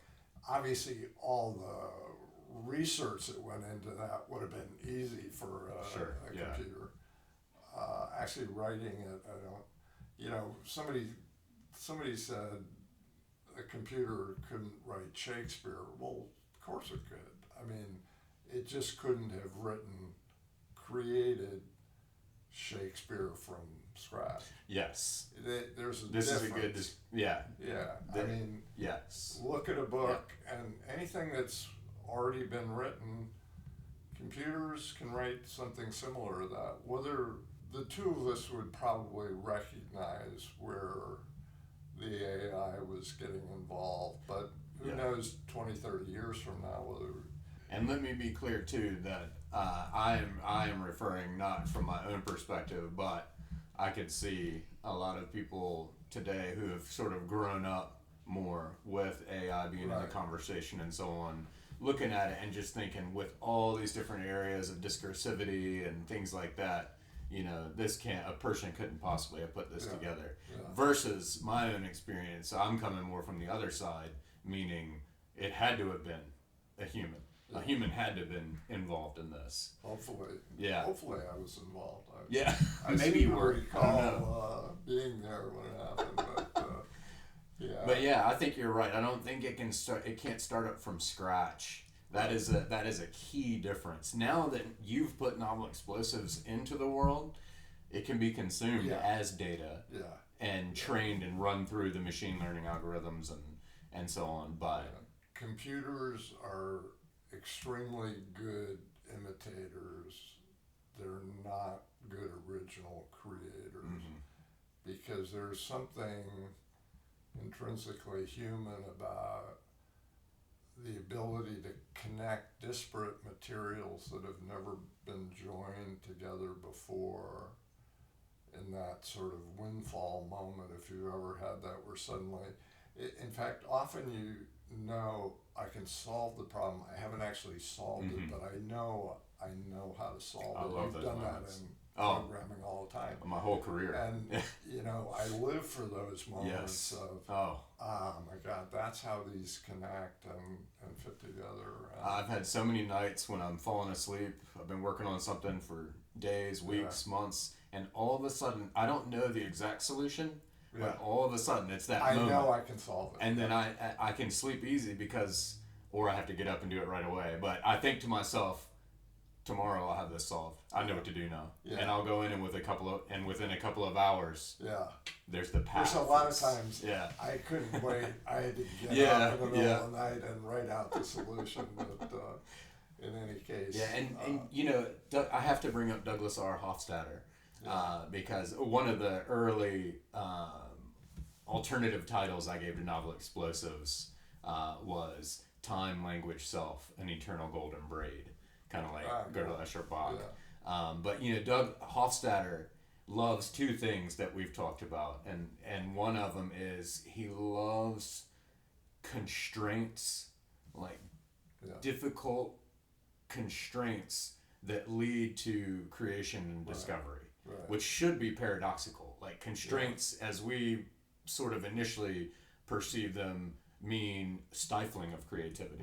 But what so often happens is they unleash discovery and creativity. And he's been writing about this his whole career, and the other thing is true. What do we mean when we say AI? You know, he's after true. He wants to try to get to where as he said it, teach computers to think for themselves. You know, as bombastic as it sounds, but he's very much against, like, he looks at everything that we call AI right now, and this isn't AI. You know, a lot of it is now marketing. You know, like I work with lots of suppliers, vendors at work that want to offer our business these AI components, and I'm looking at them and I'm like, this isn't even narrow AI, let alone. But you know, so a lot of what we call AI today isn't truly AI as he would call it, which is in line with what you're saying. Like, is it thinking on its own? Is it being original? Does it have any values? Does it have any values? So it keeps coming back to this value system. Can it laugh at itself? Much less find something that would make us laugh out loud. So be reflexive. It can tell old jokes. But no computer would pass a Turing test if I were allowed to give the test. I would figure out that it was humorless, and because humor is intrinsically human, and it changes a lot. The flavor of what different generations find humorous and funny. It changes. I mean, one of the things that Howard, the guy I wrote the book for, and I originally agreed on is the closest thing to poetry is stand-up comedy, in that both depend on rhythm and timing and sticking the landing, which is a lot of what I was trying to do in the writing of novel Explosives. I mean, it's written sentence by sentence and paragraph by paragraph and chapter by chapter, but it's, you know, it was like get the rhythm, get the timing, and stick the landing. And one of the things I found funny was I'd lost a punctuation mark from poetry, which is a line break. And a lot of rhythm and timing depend on the line break as a punctuation mark. And it's like, oh, how am I going to do this? And anyway, it took me 3 years to figure out how to remove that from my toolkit. I never thought about this. Going from your poetry toolkit to a prose toolkit. I mean, T.S. Eliot, you know, both said that constraints are needed for creativity. I mean, there's a wonderful essay that he wrote on that without constraints, there's no true creativity. So, yeah, I totally agree with that, and I try to build as many constraints in as I possibly could. I think for me as a reader, just on that, some of the fun for me, and this is stuff that not a whole lot of people understand when I try to explain it. It's a certain type of reader that's attracted to a certain type of literature, but some of the fun for me is reading the book and you're operating on different levels. You're taking in the plot, the characters, what's happening, but learning the constraints. Yeah. Like sort of as you're reading it, observing and then teasing out and finding those constraints that have been imposed on it. Dump the character's rules on top of the reader. Right. Yeah, I mean, that's one of the reasons that Gabriella was interesting to me, because, when you reverse cause and effect, we all sort of think of our lives in narrative terms, like this led to this, as though there's this long chain of cause and effect.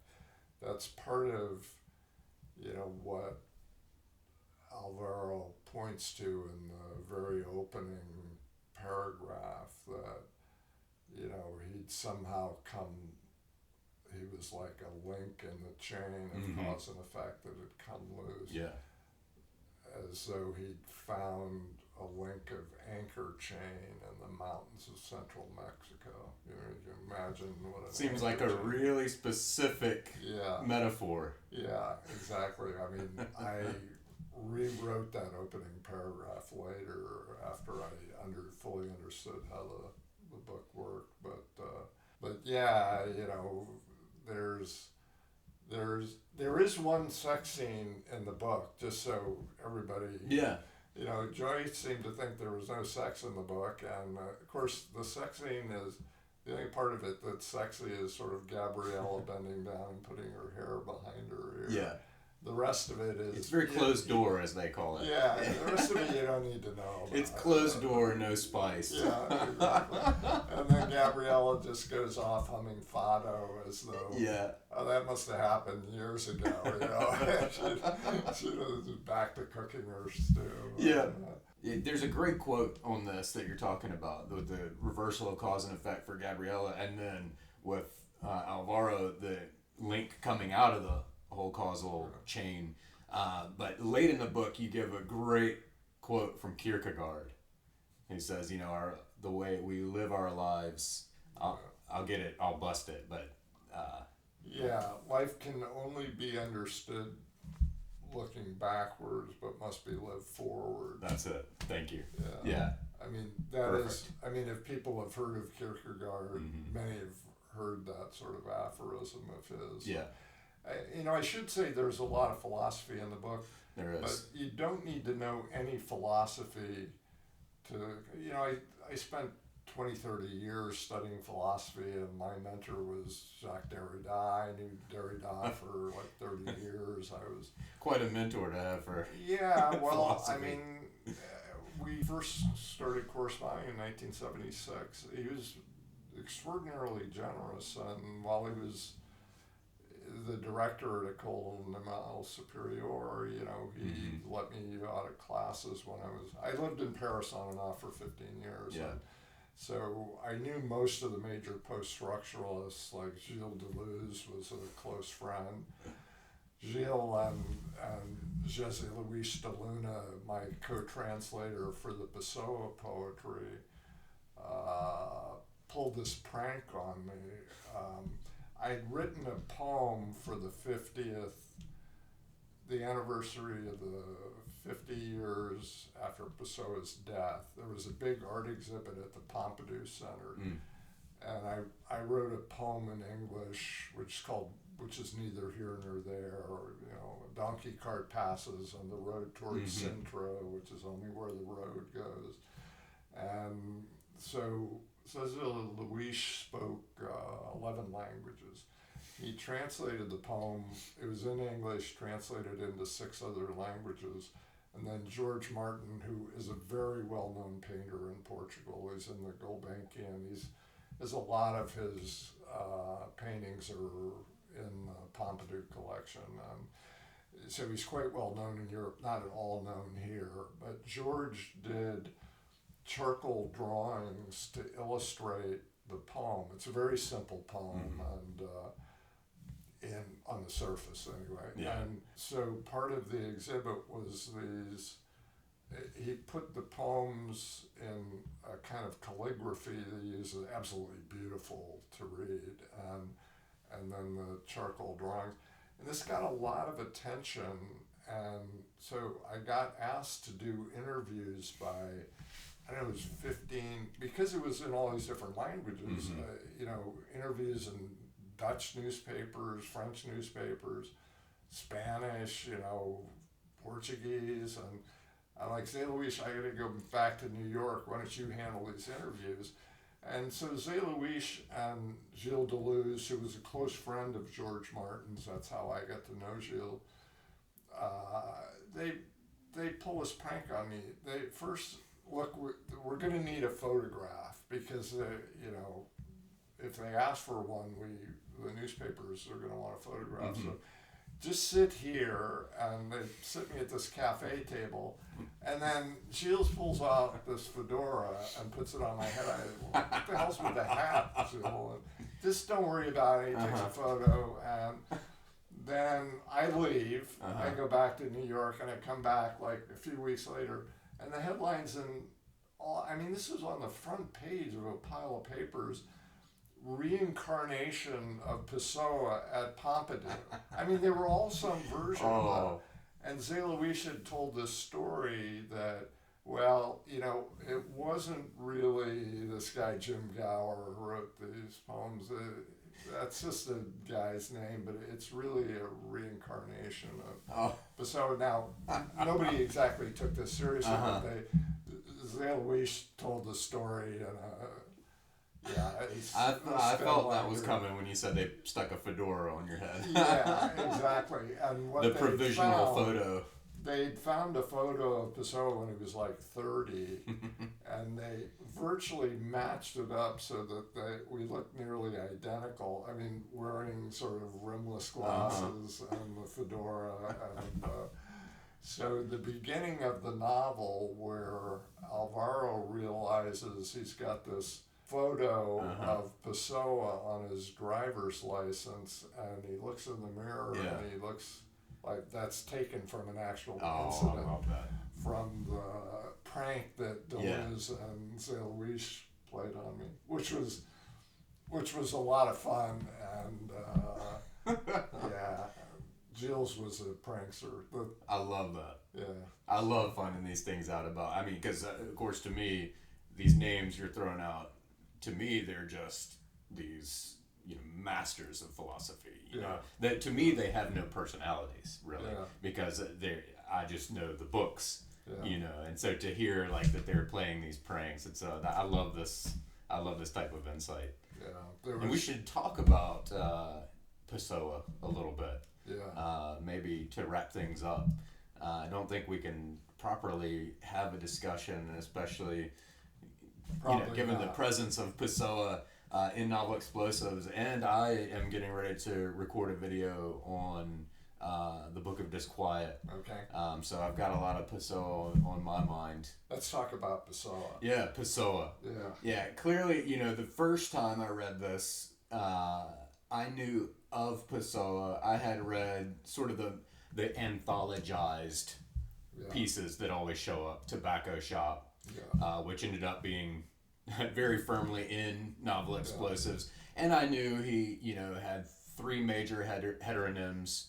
I couldn't have named them at the time, but I knew of the heteronyms. But since reading your book, just like all the philosophy and things like that, the discourse worlds or the language worlds, like, the reader doesn't need to know about Pessoa ahead of time, really. No. I mean, it's just, the friend I just read this with said, I don't really know a whole lot about Pessoa because I had mentioned the affinity. I was like, well, to be honest, you don't go off and feel like you need a prerequisite. Like, the book is going to kind of bring you along with what you need to know. But I did think it was interesting just thinking about how Pessoa, when he really sort of struck gold, the triumphal day, as it's called, when these major heteronyms sort of really sallied forth, and he kind of stopped writing and thinking as Fernando Pessoa and became these other people.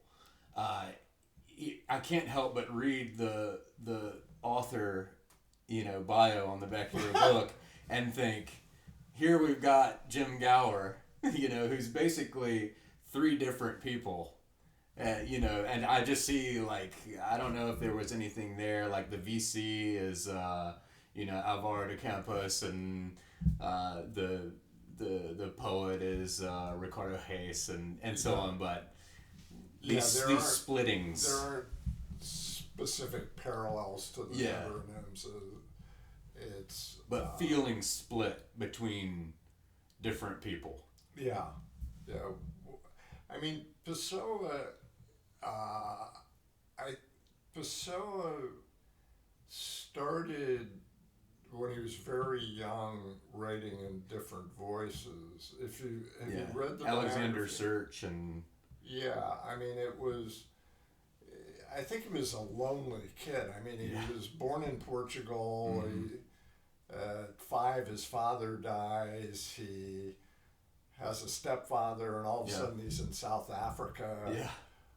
In English schooling, of course. English schooling. Yeah. He's got to start over with another language, and he was never thoroughly comfortable in English. If you read any of the sort of Shakespearean sonnets that he wrote, he doesn't have that sort of fluency in English that he has in Portuguese. And so I think that sort of anybody that had imaginary friends when they were a kid probably knows that impulse. It's just that Pessoa wrote them down. He gave them biographies that early. So I think it was kind of natural to him.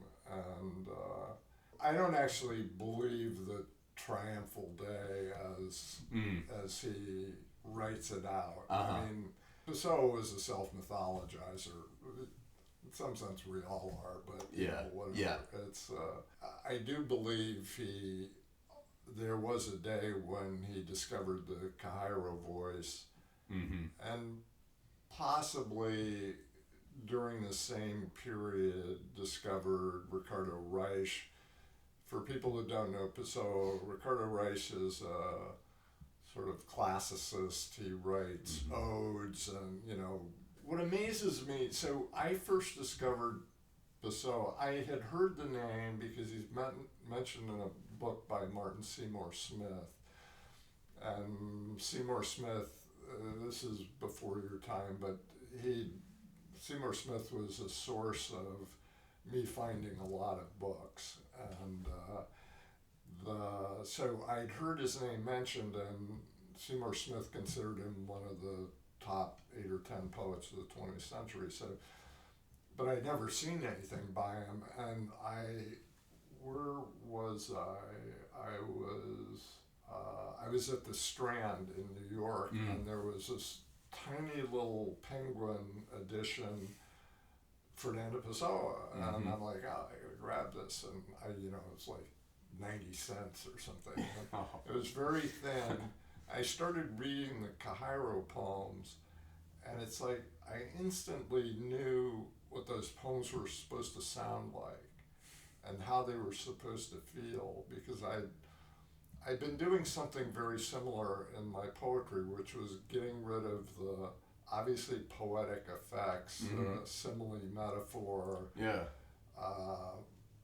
ornamental effects. So a lot of poetry was pretty heavily ornamental, and poems would be built out of just being able to name like 50 different kinds of flowers or whatever it was. And so I immediately recognized Pessoa as like, I know this guy, I know what these poems are supposed to feel like. Even though I was reading English, and they sounded like they were translated by an Eton schoolboy or something. They were really bad translations. So I had other things going on in my life. I had just I just served out my sentence. When you sell a company to another company, they make you stay for a certain period of time to sort of earn your way out. And I just served my sentence and I was out. And so I was going to move to Portugal. I first studied a lot of Portuguese, but I can't learn a language unless I live in it. I could learn to read it, but actually experiencing the language, you got to get that with other humans. That's how we learned our language in the first place. And so I moved to Portugal, and I lived with a group of what were primarily French and Portuguese friends, but mostly Portuguese friends of mine from Paris. Paris has a huge Portuguese, in fact, there are more Portuguese that live in Paris than live in Lisbon. And a lot of people don't realize that. That's a result of the Salazar's wars, and they fled to Paris. U.S. people might have fled to Canada. The new state.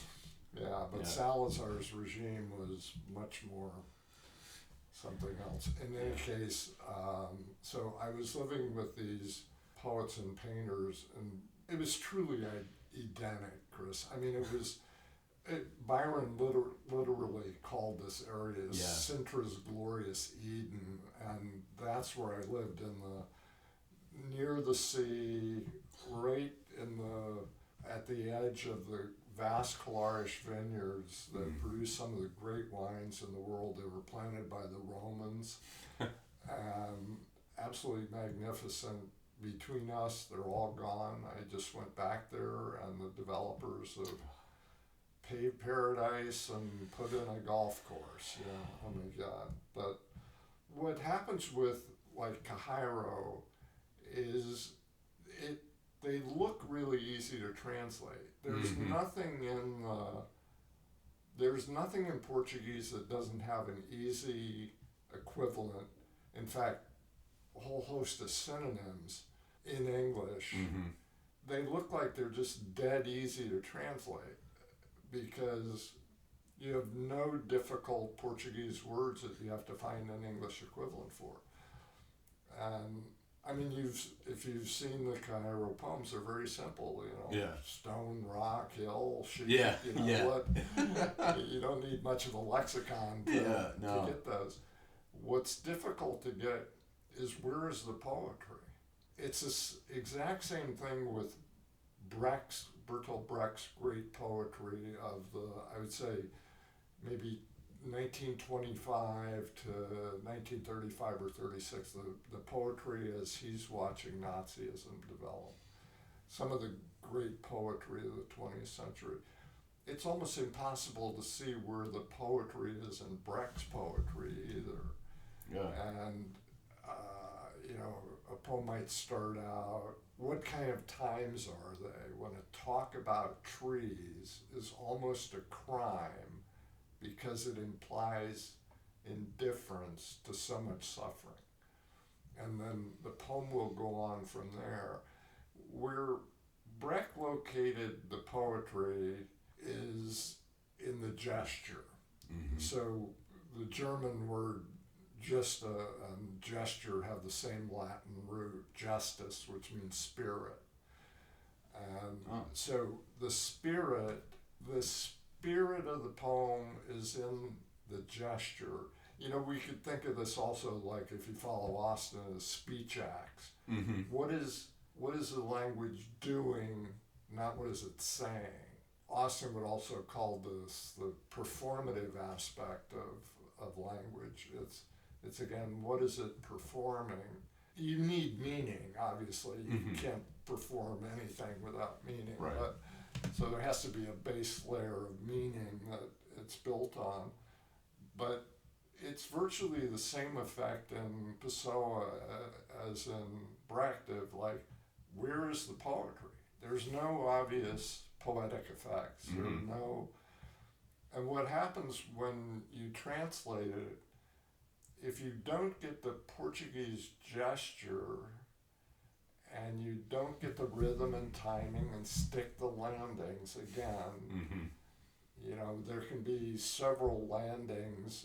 I'm basically talking about where the poem stops for a moment. There's a period, Mm-hmm. and then there's maybe another gesture that restarts the next part. So a poem might start, yesterday the preacher of his own truth spoke with me again. He spoke of the suffering of the working classes, not of those who suffer, who are, after all, those who suffer. Now that's a pretty simple start. Yeah. It's also kind of a complex gesture, and that poem then concludes, I myself would never take a step to change what is called the injustice of the world. Yeah. 1,000 steps taken for that would just be 1,000 steps. I cut the orange in two, and the two parts couldn't be equal. Mm-hmm. To which was I unjust? I, who am going to eat them both. Yeah. And this is in Novel Explosives, and the VC talks about all the slices of oranges. Yeah, the guy with an enormous pile of orange peel on his desk. Yeah. And perhaps this is because Cairo it's a lot more stripped down, that Horatian ode style. Hard to locate, and maybe this is why. Well, keep in mind the ode style is Ricardo Reis, the classicist. Yeah, Reis. Cairo is the keeper of sheep. Yes, that's right. His sheep are his words, his poems, his thoughts. Yeah, exactly. Sorry. Yeah, you're right. And perhaps though this is why De Campos has been maybe more successful. Yeah. Because there is more of an intensity there, a little more emotion, and we tend to be primed to associate that emotional with poetry. And the Tobacco Shop has a kind of narrative to it. Yeah. And we see the various steps, and we hear him thinking about, I don't know, his own isolation and solitude, and we can all be sort of attuned to that. Yeah. And I think the Tobacco Shop is just a great poem. And Alvaro de Campos also has poems that start out like, I have a cold. We all know how a cold ruins the metaphysics of the entire universe, something like that. I'm making that up. Yeah. But that would be a kind of typical beginning to and sort of taking an everyday circumstance and again making poetry out of very little apparent material, poetic material. Yeah. The things that you see in virtually all kinds of poetry. There's nothing tricky about it. You know, he doesn't, there's none of these. There's nothing beautiful in the language itself.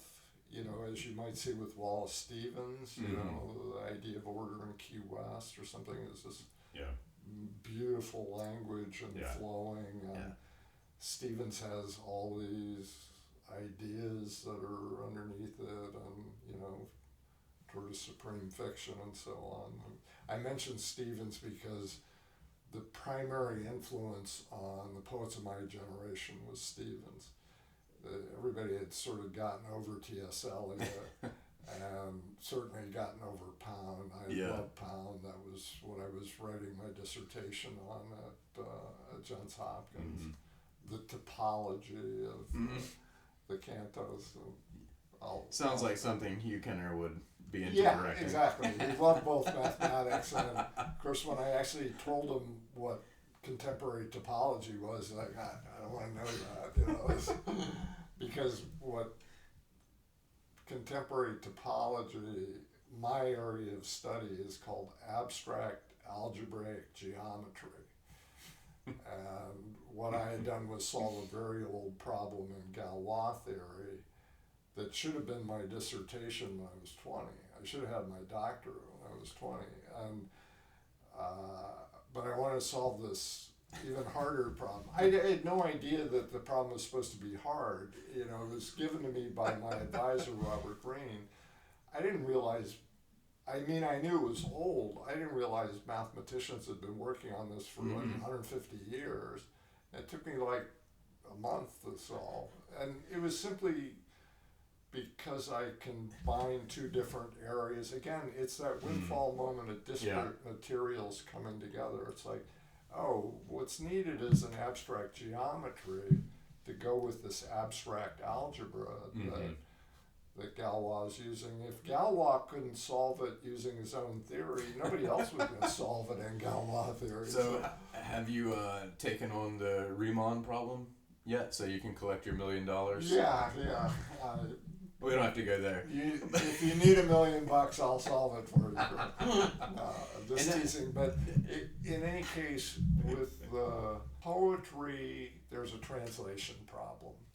And so I lived in Portugal for a year to try to solve the translation problem. And I spent a lot of time with José Luis. Again, the guy who helped pull the prank on me with Deleuze. And what we would talk about is sort of the gesture. So what in Portuguese, you know, when I moved this into English, I'm not really getting what the speech act is, and so he would just talk, and I would sort of listen to. It'd be sort of like if you were saying XYZ in English, and I would just sort of listen and absorb his sense of what are the actions, what are the speech acts, what is Pessoa doing here, until I got a much better sense of, because I could read the Portuguese, but you have to live in the culture to know what a speech act is, or what a gesture is, or what's funny. And Pessoa is very funny in parts of his poetry. I mean, humor doesn't get across in a lot of the translations. I personally don't think there are any good translations of Pessoa. I mean, I was there for a year. I did 20 or 25 translations. My problem living there was I thought I'm going to be immensely productive as a poet. I wrote exactly one poem. It starts out, so I don't think I'll work today. Today it seems best to let this bench hold my end up.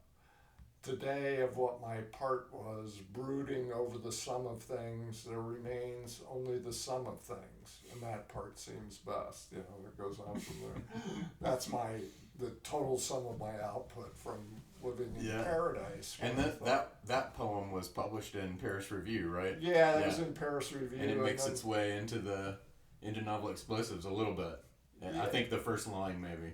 Yeah, what's funny is, I think it was last year or the year before, Paris Review had obviously read, someone at Paris Review had read the Joy Williams review, and they went, since Joy mentioned that I'd been published in Paris Review, they obviously went through their archives, and so the poem of the day, which they sent out, was whatever it was at the beginning of January, where we had a day we didn't have to work, and so the poem of the day was, so I don't think I'll work today, and I got like, and you got it in your inbox. 50 input. I don't actually subscribe. Okay. I probably should. But everybody started sending me your Paris Review poem, or one of your Paris Review poems is the poem of the day, and I thought that was kind of cool. But anyway, the not being able to be productive with my own work was due to the fact that I sort of needed the friction of the business world to create what Saul Bellow calls a dream space. You know, you have to find a space within which the world sort of vanishes and your day-to-day concerns go away and everything gets blocked out, and you just work within that dream space. And the dream space, again, it's that constraints and working under constraints, making your characters have constraints, making the poems have constraints. It's that sense of constraint that when I had no constraints, I couldn't write at all. That's so interesting, and also fills me with so much hope, because I think a lot of people struggle with, they reach a certain point in their lives, especially creative people who have an impulse to do something like write a novel, let's say. But they reach a point in their lives, and usually pretty early on, when it's like, oh, I've got to make money, I got so a I need a job, job. I got a family, I have There you kids. go. And I think I have all that stuff. Yeah. Full catastrophe, you know. And so what can happen is you get to a point where you're like, I've got all this taking up my time and wearing me out and so on. If I could just get rid of this job and, you know, just be free to write. The temptation is freedom to write, right? But I think you really hit on something that is necessary, that friction of, if we didn't have the things vying for our time and that we had to attend to and that are so completely different, then we wouldn't, I love that, dream space. Yeah. We wouldn't have that dream space to retreat to. Just figure out a way to create that dream space. It can be night, it can be early morning. I mean, I would get up at 3 or 3:30 in the morning and write until the workday started.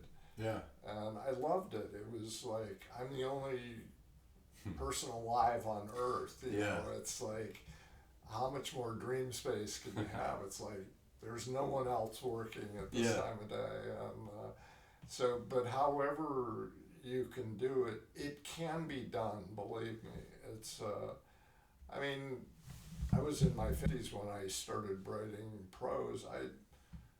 Dialogue, narrative, you know, what the hell? I didn't know anything about how to write a novel.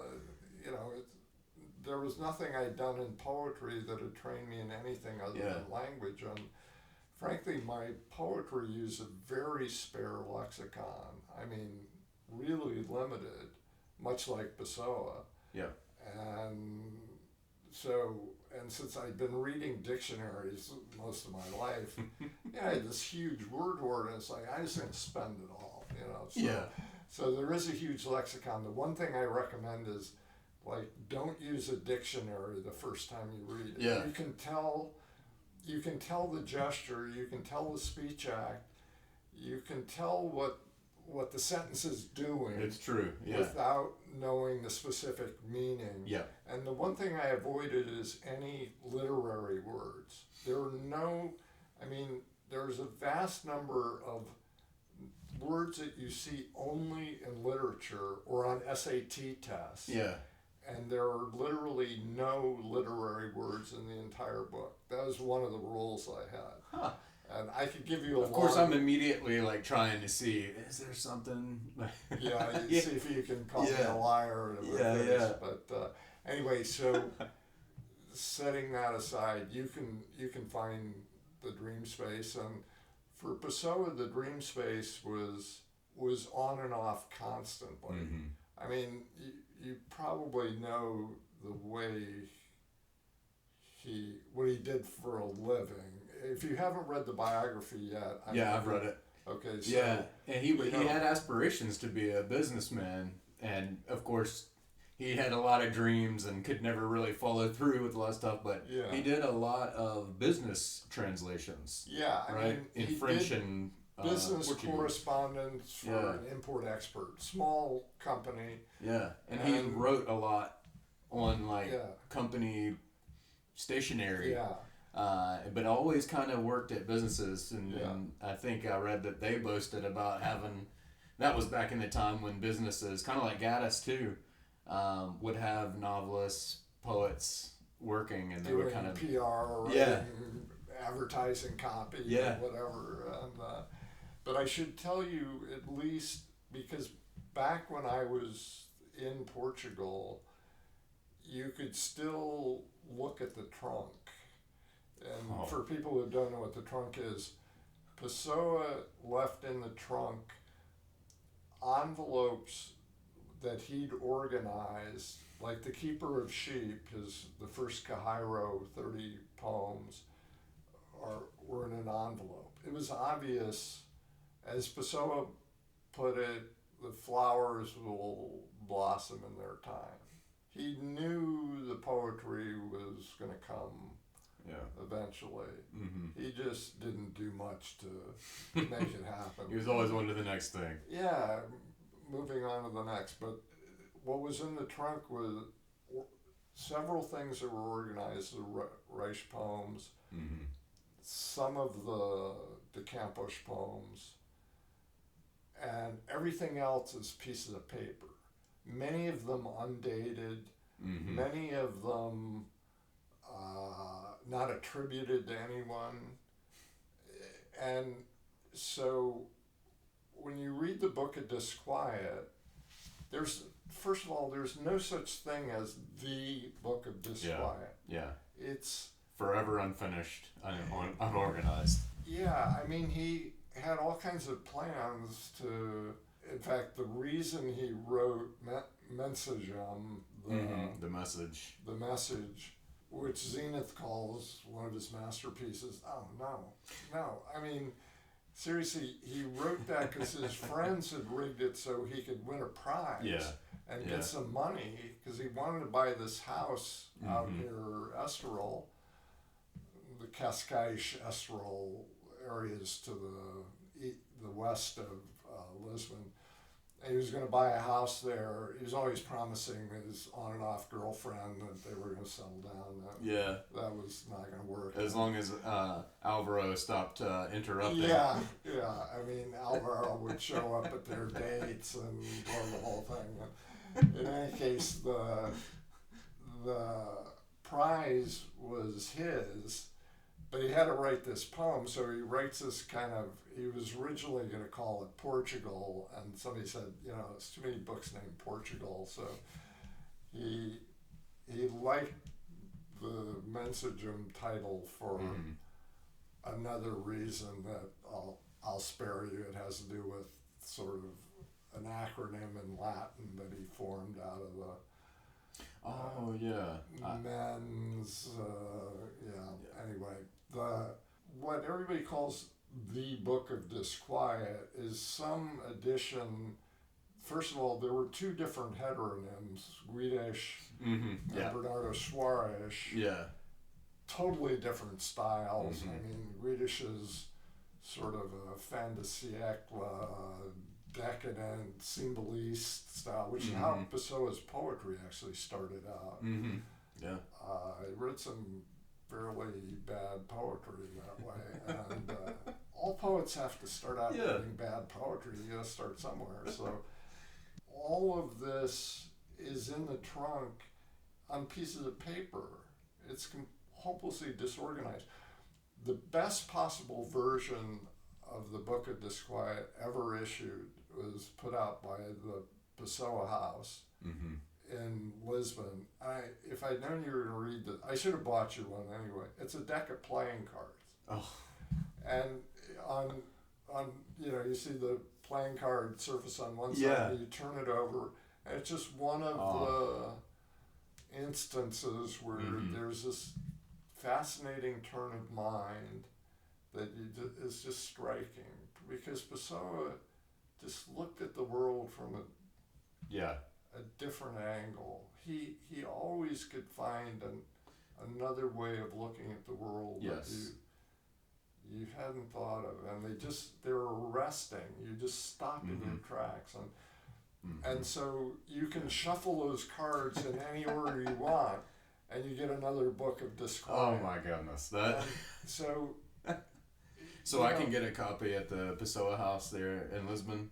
Yeah, if they didn't sell out. Yeah. I don't know. I'm very interested in going now. I know those guys pretty well. I'll see if I can get you one. I should have bought a pile of them. Oh my. I was and you've seen the trunk in person. Yeah, so because now I think it's with a private collector, right? Yeah, and it's scholars are allowed access to it. The only American I know of that's allowed access to it is Zenith. Yeah. He owns a monopoly on Pessoa. Yeah. And while Zenith has done good translations of like Carlos Drummond de Andrade, the translations of Pessoa are flat. The translation specifically of Cairo, who's the most difficult to translate. The next most difficult are some of the De Campos poems. The Tobacco Shop's relatively, I mean, to get the poetry. Right. I don't mean there's any difficulty in the language. I mean, where's the poetry? Yeah. And a lot of the translations, if they're not done properly, they just fall flat. Yeah. The same way a stand-up joke falls flat. Sure, yeah. You don't hit the rhythm and the timing and nail the landing. It's just like, huh? What? And it's just subtle adjustments that need to be made, but if you don't get the rhythm and the gesture and the action that language is doing, you don't get the poetry. Now you can get quite a lot of it. I don't mean to discourage anybody from reading Cairo. I just want to say the Cairo that's up from there is an absolute magician. And you'll get a lot of the interesting turns of thought that you see in all of Pessoa in however it's translated. But just keep in the back of your mind that it's magic when it's actual Pessoa. It's just pow. And, and magic could be kind of a loaded term when talking about Pessoa. Yeah. Well, he's one of he's everything from a monarchist to a revolutionary to everything. And everything in between. The only thing he truly didn't like was Salazar's dictatorship. And so the fact that Mensagem was written to win a prize from Salazar might tell you that he wasn't actually going to do his best possible poetry for that. Although, it's good enough. It's not bad. It's a set of poems that are kind of intended to celebrate both Portugal, the age of navigation, the golden age of Portugal. And, there are some connections there because the Portuguese had 60% of the world's silver supply in the 16th century. And where did that come from? Guanajuato. Here we go. Yeah, exactly. I mean, when I tell you that there are scores of accidents that I know that's where the entire wealth of Portugal came out of the Guanajuato silver mine. 60% of the world's silver supply came out of the mines of Guanajuato. That's why all those beautiful churches are there.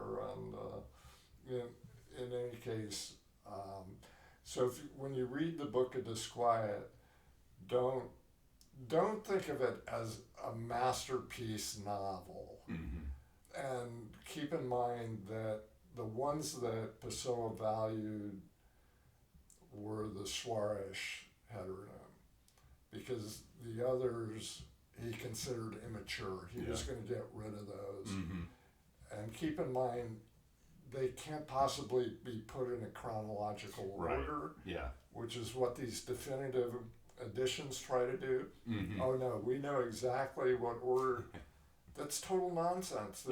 I've seen the slips of paper, there's no dates on them. And often you don't know who it's attributed to, so you're sort of saying, oh, that sounds like Suarez, let's put it in the Book of Disquiet. Yeah, and I know that some of those slips of paper even captured him notating whether or not he wanted it to be Alvaro de Campos or go into the Book of Disquiet, right? It was like... He had his own little code he was using. Because he constantly thought he was on the verge of getting it all organized. And what it got was more and more disorganized, because he'd just throw things into the trunk. I mean, I should for say anyone who's like struggles... It was big. I mean, it was one of these massive steamer trunks. There was a lot of stuff in there. Wow. 127 different heteronyms. You know, come on. There's a lot of material in there. But everyone should just start from keep an open mind about Pessoa and just enjoy it. Just go into it. Don't worry about the translations. You'll get enough of it to see this isn't a typical poet. This is an original mind at work. And while I often think originality is overvalued, what really I mean by originality is that turn of the mind in an unusual way. He's constantly surprising. That's what, because when I approached Book of Disquiet, I approached it as I'm reading a collection of aphorisms, right? And I've read lots of collections of aphorisms, but Krauss or Krauss is one of my favorites. The closer the look you take at a word, the greater the distance from which it looks back. There you go. And DeLillo used a variation of that in Point Omega. But like Lichtenberg is one of mine, and who's Joubert. You know, I have one of the things I lost in my travels is I had notebooks full of aphorisms. And when I moved back from Portugal, they were all lost. From Belgium. I was running a company there, and the notebooks full of aphorisms were lost. So, since I've lost 2 other libraries, you've heard the stories of I lost my whole library from when I was at Hopkins. I lost like 10,000 books that were in my New York apartment, and I just thought I lost my 3rd library when we had the fire in the Palisades. I figured our house was vaporized. The one thing I've learned about it is if you haven't internalized it yet, it probably wasn't valuable to you. So, you know, whatever you can carry with you, that's what's valuable. And so I lost some aphorisms. The ones I really care about, I still know all. So the physical objects can be lost, even though I can't live kind of without my books, because I'm constantly like, I need to find something that's in a book. And I can remember where it is in the book visually. Me too.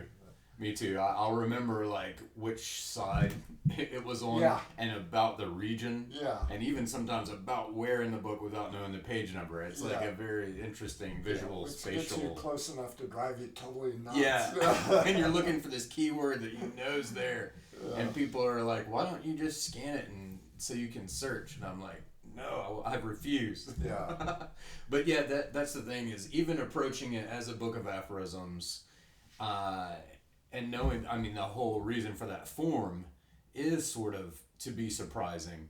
The better it works, or the more surprising, the better it works. But even then, that's what I think if I had to give just a one sentence summary of why Pessoa is so great, it's that, like you say, he just saw things differently, and that comes through as like it was constantly surprising. And so just a wonderful reading experience. And I think one of the poems that kind of stood out, one of the poems, not the Book of Disquiet, but one of the poems that really stood out to me was his poem to Walt Whitman. From Alvaro de Campos. And I just that type of his poetry really resonated with me. That was early in the Alvaro de Campos development, where Campos wrote a lot of sort of Marinetti style poems, kind of triumphalism, that all this machinery was going to, and later that sort of passes, but that one poem to Whitman is really wonderful. That's the best of the poems that were written in the more triumphant style of de Campos. Later, both de Campos and Pessoa, the Pessoa homonym, as he called it, just to make things more confusing. But no one should think of any of this as confusing. It's not. He wrote in all these heteronyms because it was fun. And the poetry is great fun to read. It is. You don't have to grind on this stuff. And I mean, literature, if we grind on everything in our lives. If literature isn't a relief from that grind and pull us out of all that stuff we're grinding on and give us a chance to see the world from a different perspective, or with us an original turn of thought, or something that we can internalize and carry with us, then we don't need literature, but we do. We do need literature. So just to wrap up, I want to end with this. And it comes from Novel Explosives again. In the midst of all of the extravagance, just the massive discourse worlds, language worlds, all this stuff going on, and someone like me can easily be persuaded, like the romantic in me reads the stuff, and I'm just like, it makes me want to go and spend the next 50 years of my life immersed in reading philosophy and mathematics, and you know what I mean. But then all of a sudden, in the midst of it, it's like it's glorifying and romanticizing all of this like wealth of knowledge, right? And but then all of a sudden, in the midst of it, you have this one just lacerating statement, and it's all of a sudden here is a character who's accumulated all this wealth, all this knowledge, so on and so on, and then he's like, but truthfully, the only thing that matters is learning how in the world can I live with myself. And that's when, like, for me and for my friend who just read it too, getting to that moment, and it's so perfectly timed.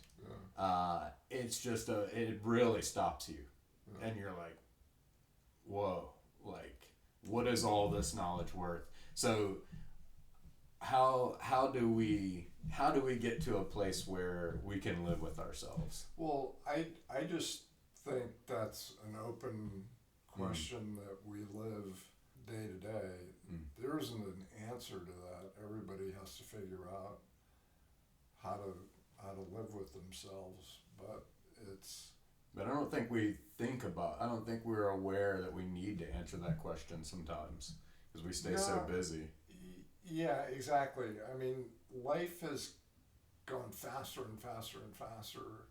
I mean, even since, I was the first venture capitalist with an internet address on my business card. Even in 1992, people didn't even know what an email address was. Sure, yeah. And there's like, what's that? Well, you'll figure out what it is soon enough. It's coming. And, then we get a web browser. And suddenly... Now no one uses email anymore. Now it's outmoded. And we get smartphones, and we get, social media, and life has gotten more and more rapid. Anybody gets caught in that vortex of all this technology bombarding us. It's really difficult to get dream space from that. Yeah. You know, even if you don't write, find some dream space to read or to step back from that stuff and say, wait a minute, what of all this do I really value? And what am I doing the things, am I taking the actions, the indicated actions that would allow me to live with myself? You know, in your deathbed, you're not going to be saying, gee, I could have accumulated so much more wealth than I did, or there was this job that I could have taken that would have, paid me double, and, there ain't no hearses with luggage racks, I can tell you that. So, I mean, it is an odd way of putting things, but that is a central sentence in the book. And where it lands is important, because it's right after he's sort of realized I have all this knowledge, I have all this wealth, I have everything that anyone could possibly hope for. What good does that do me? I don't have an answer for that. I don't know how to live with myself. I have no idea. It's just day to day. I mean, but we shouldn't stop. No, we shouldn't stop trying to answer it. Yeah, and I mean, value your friends, value community, value our planet. You know, choose your values carefully, because the fate of our planet depends on it. And I mean, I don't mean to be too grandiose about it, but we got 1 trillion tons of plastic on the planet right now, and it's going to be double that, and then it's going to be 30-fold that in microplastics. So don't buy plastic toys, for example. I don't know, Yeah. But I mean, I'm still trying to figure out how to live with myself. So I just think it's something we all have to do. And I do take time every morning. I mean, I was brought up Catholic, so let's face it, until I was 7, I still have the remnants of a kind of religious faith. And I know you have more explicit form, but I have a form of prayer that I do that isn't to a deity or anything. I have a sense of a higher power that's sort of, it's exemplified by people who work in war zones and volunteer as doctors and that do things in service of others. That to me shows there is this higher power that we all share and can tap into, and so I have sort of a form of odd form of prayer. Wouldn't sound like prayer to you, but it's just, let me be free from resentments for another day. Let me do my best for others. Let me, and it's just a sort of time in the day when it's like, okay, I'm going to try my best to live with myself today. And then try my best again tomorrow. So all we can do. Yeah. Well, Jim, I'll never be able to repay you for, first of all, what you've given me with putting this book out into the world. Hey, it's fully paid in full. And then secondly, just being here and talking with me. It's such a pleasure. It was great. I loved it, Chris. I really appreciate it. Thank you so much. Thanks.